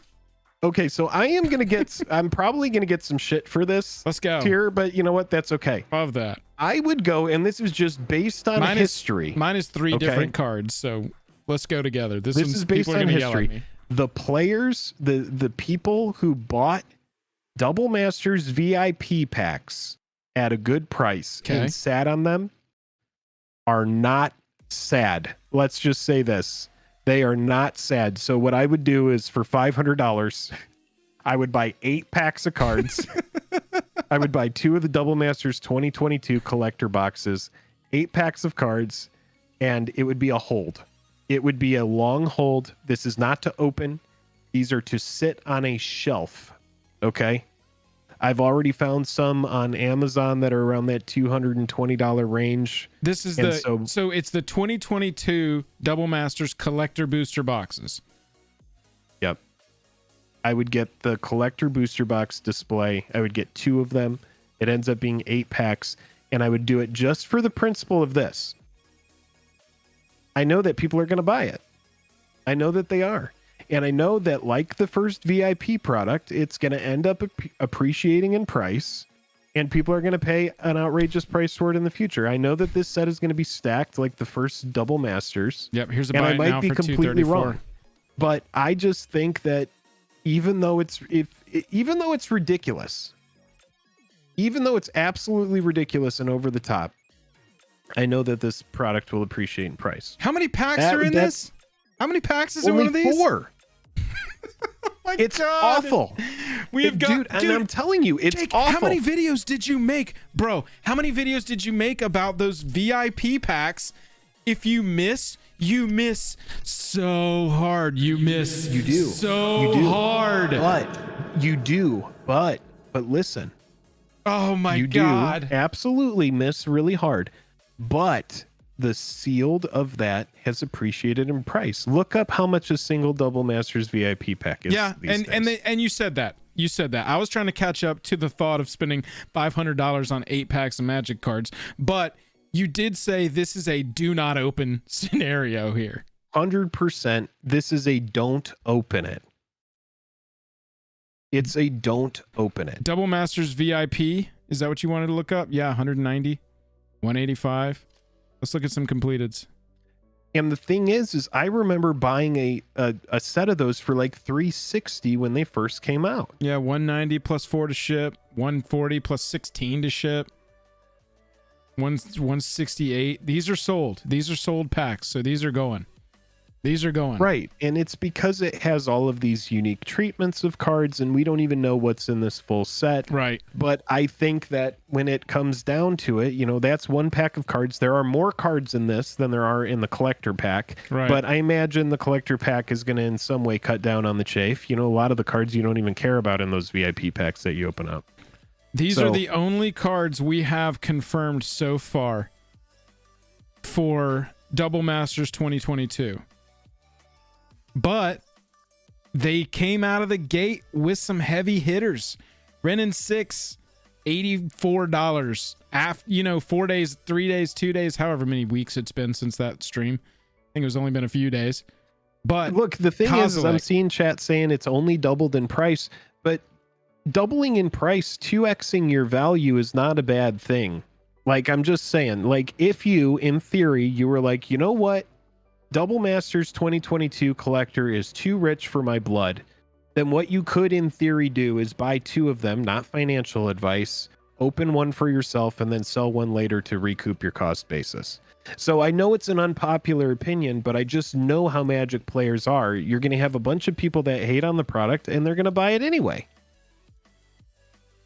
That's what's going to happen. They're going to hate on it, and they're going to buy it anyway. And when we see some of the shit that they print in it, it's going to end up going up in price. Yeah, I mean, and also it's silver, black, and green, so it looks cool. Brody makes, and that's how all these collector booster boxes should be judged, right? The color design. Brody makes a good point. 200% profit's very good for an investment, especially in 2 years. Anybody who says it's a ripoff, you're absolutely right. It is. Any of the Magic product that you buy is a ripoff. You can buy the regular set. I'm just telling you what I would do, because I like having a 2x return. That's 2x in 2 years too. I mean, 2020. Yeah, 2x return is fine. It's no Edgar Markov deck in 2017 off the Target shelf. Sure. But, you know, whatever. Hey, you're speaking to somebody who bought Edgar Markov, immediately opened it, sleeved it, and started playing with it. Yeah, and you could probably still sell that deck back, because I know that you like to keep all those together. You could probably still sell it back for profit. Yep. A lot. I'm a Precon guy. Yeah, I mean, less than 2 years, 2x profit. I think at $500, that's an interesting call for sure. Yeah, and you know what? That's one where we'll look back on it and be like, what did we get right? What did we get wrong? Yeah. I'm just saying, if I had $500 and I was like, I have to buy some Magic cards. Oh, I did have another thing on there as well. And it was just a light played Tundra from Revised. So everybody in chat who's hating on me for saying the Double Masters choice, Revised you can be Tundra, like, baby. Oh, but he would buy a light played Tundra. Yeah, look at this. That's pretty on the money too. Light play, 518 completed, 450. There you go, chat. Yeah. There's your one card. There's your one card from Jake. Non-speculative. Tundra is never going down in price. Yep. That's it. Light played copy. I wonder if there's any. Here's a light played that sold for $469. Nice. I just want to see what the picture looks like on it. Oh baby. Oh baby. That's a good looking Tundra right there. Yepers. That is a good looking Tundra right there. You know, it's funny. I traded a Lion's Eye Diamond and a Masterpiece Lightning Greaves for a Tundra a couple years back.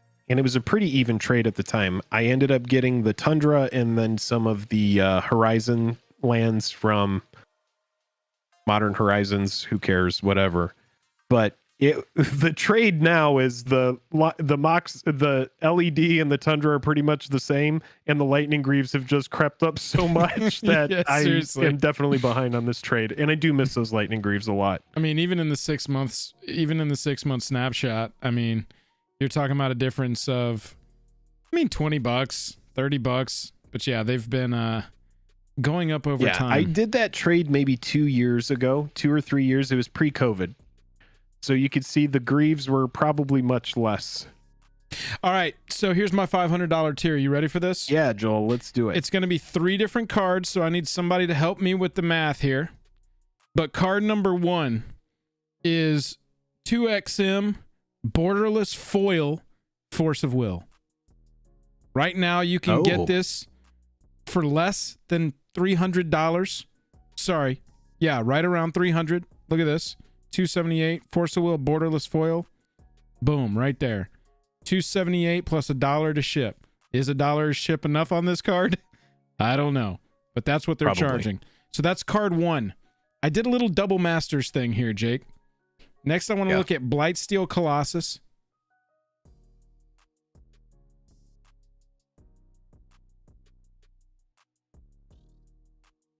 So with my 2XM Force of Will, I also want to get a foil borderless Blightsteel Colossus. You're looking at about 130 on that. Near mint foils selling for 128, 120, 114. Near mint foils of a wildly playable commander card. Always going to have a home for a Blightsteel Colossus in a deck. And then to round out the little set that I'm sure people are going to be like, you should have only picked 1 card. But I picked 3 and I did a double masters thing. It's a double masters package. We're also going foil borderless exploration because. All right, so you didn't go reserve list. You went with some nice extended art variants. Some variants that I think are 3 commander staple-ish cards: Force of Will, Blightsteel Colossus, Exploration. These are at good prices right now, and I mean, look at that graph. Are they the best prices ever? No. Exploration was at one point like $29, but 29 to 40 is not that big of a jump, and you can still get these foils for about that price. Yep. Light play foil, $33. Let's see what a light play foil looks like from Redwood's MTG.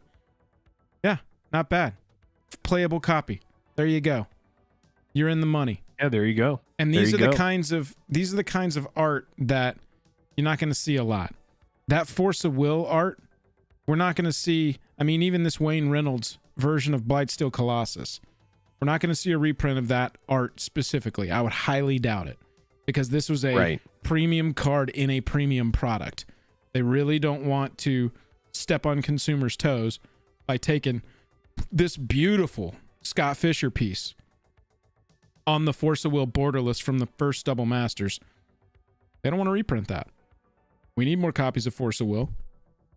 Yeah. But right now, around $500 is going to get you foil borderless versions of all Force of Will, Blightsteel Colossus, and Exploration from Double Masters.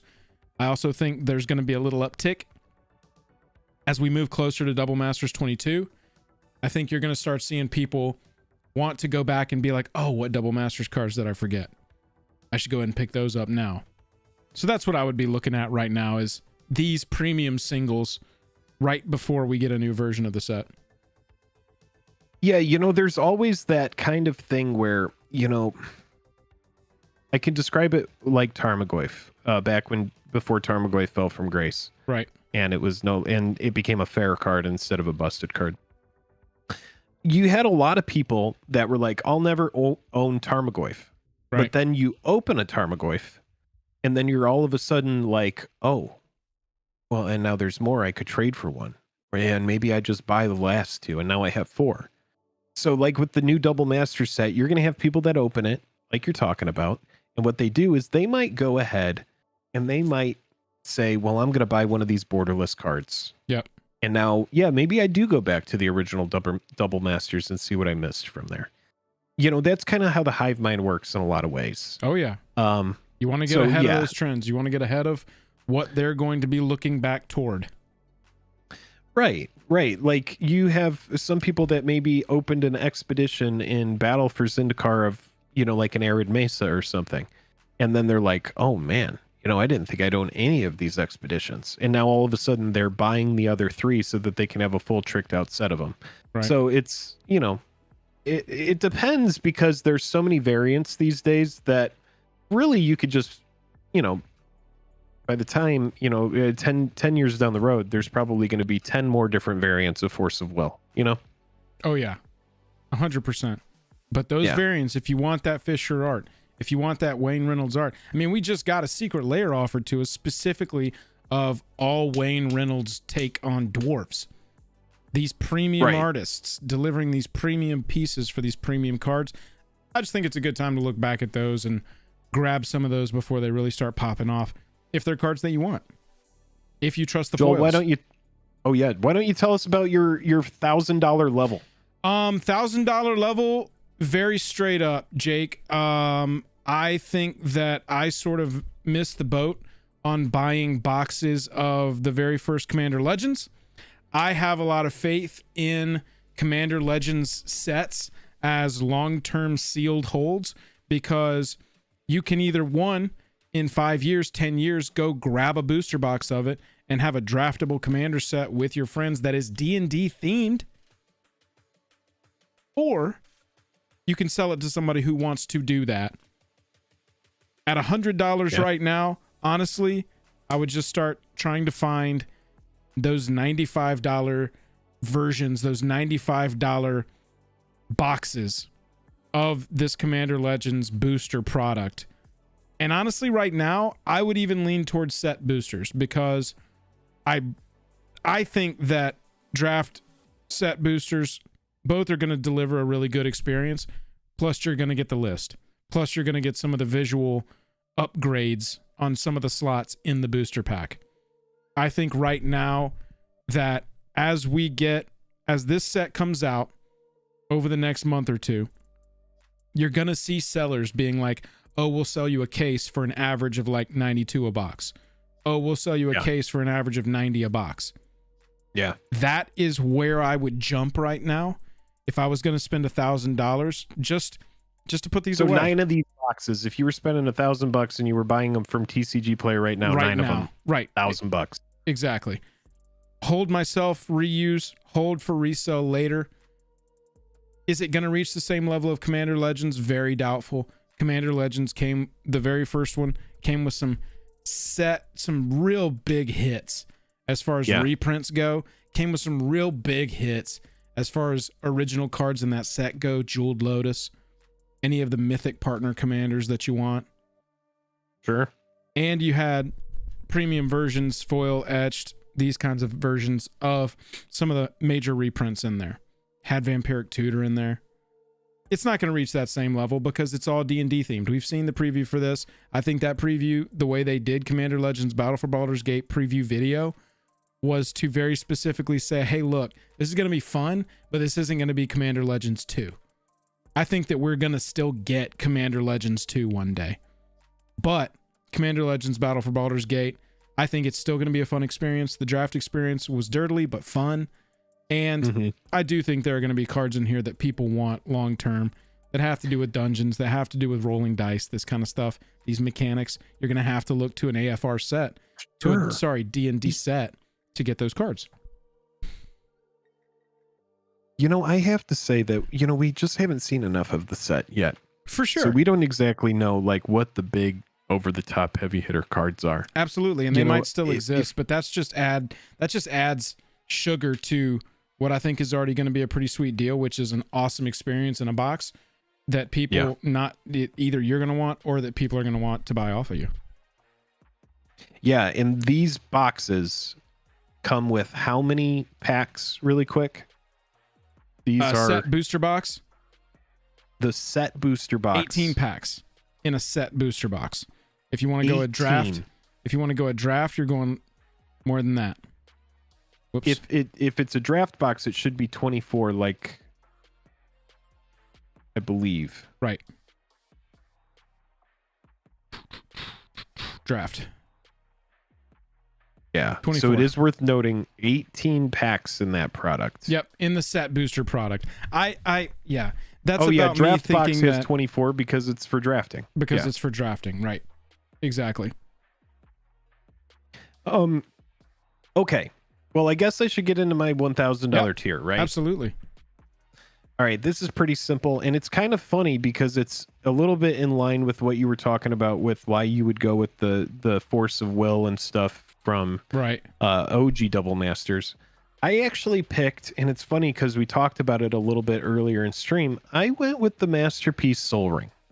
And the reason I went with the Invention Masterpiece Soul Ring, if I had $1,000 in my burning a hole in my pocket, I don't think they will ever go back to that way of doing things. I don't think they'll ever go back to you can find a near mint one under 1,000, I'm pretty sure. And Oh yeah. the reason I don't think they'll ever go back to $9.59. this is because it was such an unpopular way of doing treasure cards. Right. It was like, we're just going to seed them in boxes. People are going to open them in mass, and then these boxes are going to be worth like nothing.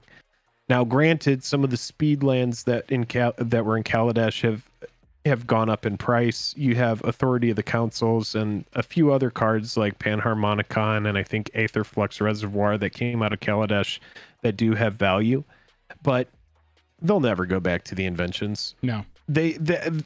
They're just, it'll never pop up as a secret layer. I think it would be really tasteless if they were just like, well, let's just do an invention secret layer and For reprint sure. Soul Ring. For They sure. might do an invention secret layer, but they'll never just reprint this card as is. Well, and I think they're this not was an stupid. experimental They time. know what they're doing. They're not going to put a card in a secret layer that's $1,000 card and sell it for $100. That ain't happening. Right, exactly. Ben McGraw says inventions and booster packs were so cool. I think they were too, but the problem is that it tanked the entire set. Right. Like everybody just opened it in mass trying to find inventions, and the set has no value outside of that. So it's a very unattractive set to open. But you know, that's the thing about Foil Quest is like, and that's the thing too, is there's so many of them, right? So it's like, if you are lucky enough in like 1 in 4 boxes to pull an invention, it has to be the right one. You don't want it to be, you know, whatever. I'm talking about like Cataclysmic regret from Gearhulk. not buying a Soul Ring for 200. This would be such And a then I bummer. do feel like this Soul Ring ends up being like $1,500 or $2,000 when it like down the line, we really see, you know, Wizards of the Coast, they can print every Soul Ring under the sun. None of them are going to be as rare as this one. You're put yourself in this mind space. You're in a Foil Quest Kaladesh. You slow roll it. You see the invention frame. You open it up. It's a black vice. Right. Exactly. You're looking at a $42 card versus, you know, even the fourth most expensive one is $425. Right. So in Kaladesh, and this has all the best ones. Like there's some good ones from Aether Revolt, Right. but it's like you got the Soul Ring, you got the Mana Crypt, you've got like the best ones are in Kaladesh. So it's like, yeah, that's what my $1,000 tier would be, and it would specifically be because it's a card that happened before collector products, pre-variant variant. It's extremely hard to find. It's the #1 most played card in Commander, and it's beautiful. It's a great card. Here's a creased copy that sold for $700. That's pretty Like, how fun. do you fuck that up and crease that thing? Oops, I dropped it out of my deck and stepped on it Yeah. with both feet. That's a good pick, man. This is one of those cards where anytime anybody's like, oh, I've got a Masterpiece Soul Ring, I'm like, let me see, please. I would like to look at it. I would like to see the baby. It is a very cool card. It's a very cool version of a very good card. Everybody, that is our 10, 100, 500, and 1,000 tier picks for the month of May in the year of 2022. Let us know in the comments how we did. Let us know what you would be picking as those options. Honestly, you might see yourself pop up in a what you're buying video because we pull comments from this series to make the what you're buying version of the videos. That's right. Sean C has a really good point here. These chase cards have already pushed the booster boxes over 400 and will barely be opened. Masterpieces will just creep up in price with the boxes. I tend to agree, not financial advice. And the other thing about that is when you have just so many different masterpieces, it really comes down to like, if you open one, you know, did you even get the box from a sealed case? Did somebody open a case and they opened boxes until they found a masterpiece and then just sold you the rest of them? Right. There's a lot of things to consider about this. And when you're talking about a card, a variant that appears in like 1 in every 3, 1 in every 4 boxes, and then you have to get like 1 in 25, the odds are just incredibly low. So even though the Soul Ring is very expensive, I still think it's going to end up being, you know, it's going to be the $400 moat that I didn't buy a few years ago that's now $1,000. This will be one of those cards where it's like, yeah, $1,000 was a lot, and then when you look at it and you go, damn, I could have bought it for $1,000, now it's 2,500. I don't know, not financial advice. I do think this card has the legs to go up even more. Yeah. Guy's Cradle, I saw somebody in chat mentioning Guy's Cradle. Light play 830 damaged. Let's look at this heavy play. Did we already look at this heavy play copy for 775? Oh, that's got some love on it, but that's a very playable copy of Guy's Cradle. That looks like it taps and adds green for each mana or for each creature you control. Yeah, it really looks like it does. I would have to review this one. That coloring looks off. Chat, thank y'all so much for hanging out tonight. Yeah, thanks for hanging. Y'all don't know it, or maybe you do, but Jake and I got like 4 videos shot tonight.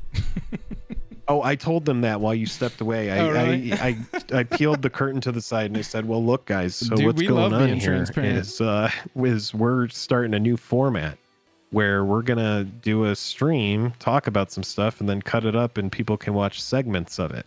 So for anybody who missed this, you know, I'm sure that you've seen, there's a lot of YouTubers out there that do this. Guys, we're at 244 likes. We can get to 269. We have 297 watching. Everybody seriously, just help hit the us like get, button on your way out. These last 25 likes.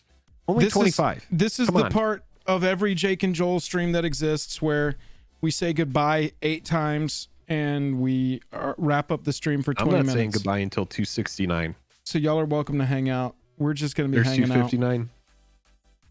262. If y'all see these videos pop up, go and comment on them and say, I saw this live. 267. I saw this live. Everybody go and comment on the videos when they post. I saw this live, but thank you. 268. Or if you don't like this format, let us know too. Honestly, we're very reactive to what the community likes and doesn't like for our vids. So if you think this is a bunch of malarkey, comment on it that it's a bunch of malarkey. Oh man, we appreciate all of you so much. Did we crack 269? Still a friend of the channel. That's right. I see 267 likes and people are disliking now, and I'm not going to be able to say goodbye until we get to 269. This is ridiculous. Thank you. Oh, that's funny. Yeah, now there it is. Good night. Oh, that's it. That's it. That's it. We got there. 269? Are you telling me we have 269 likes? Thumbs up. We have 270, baby. We got there.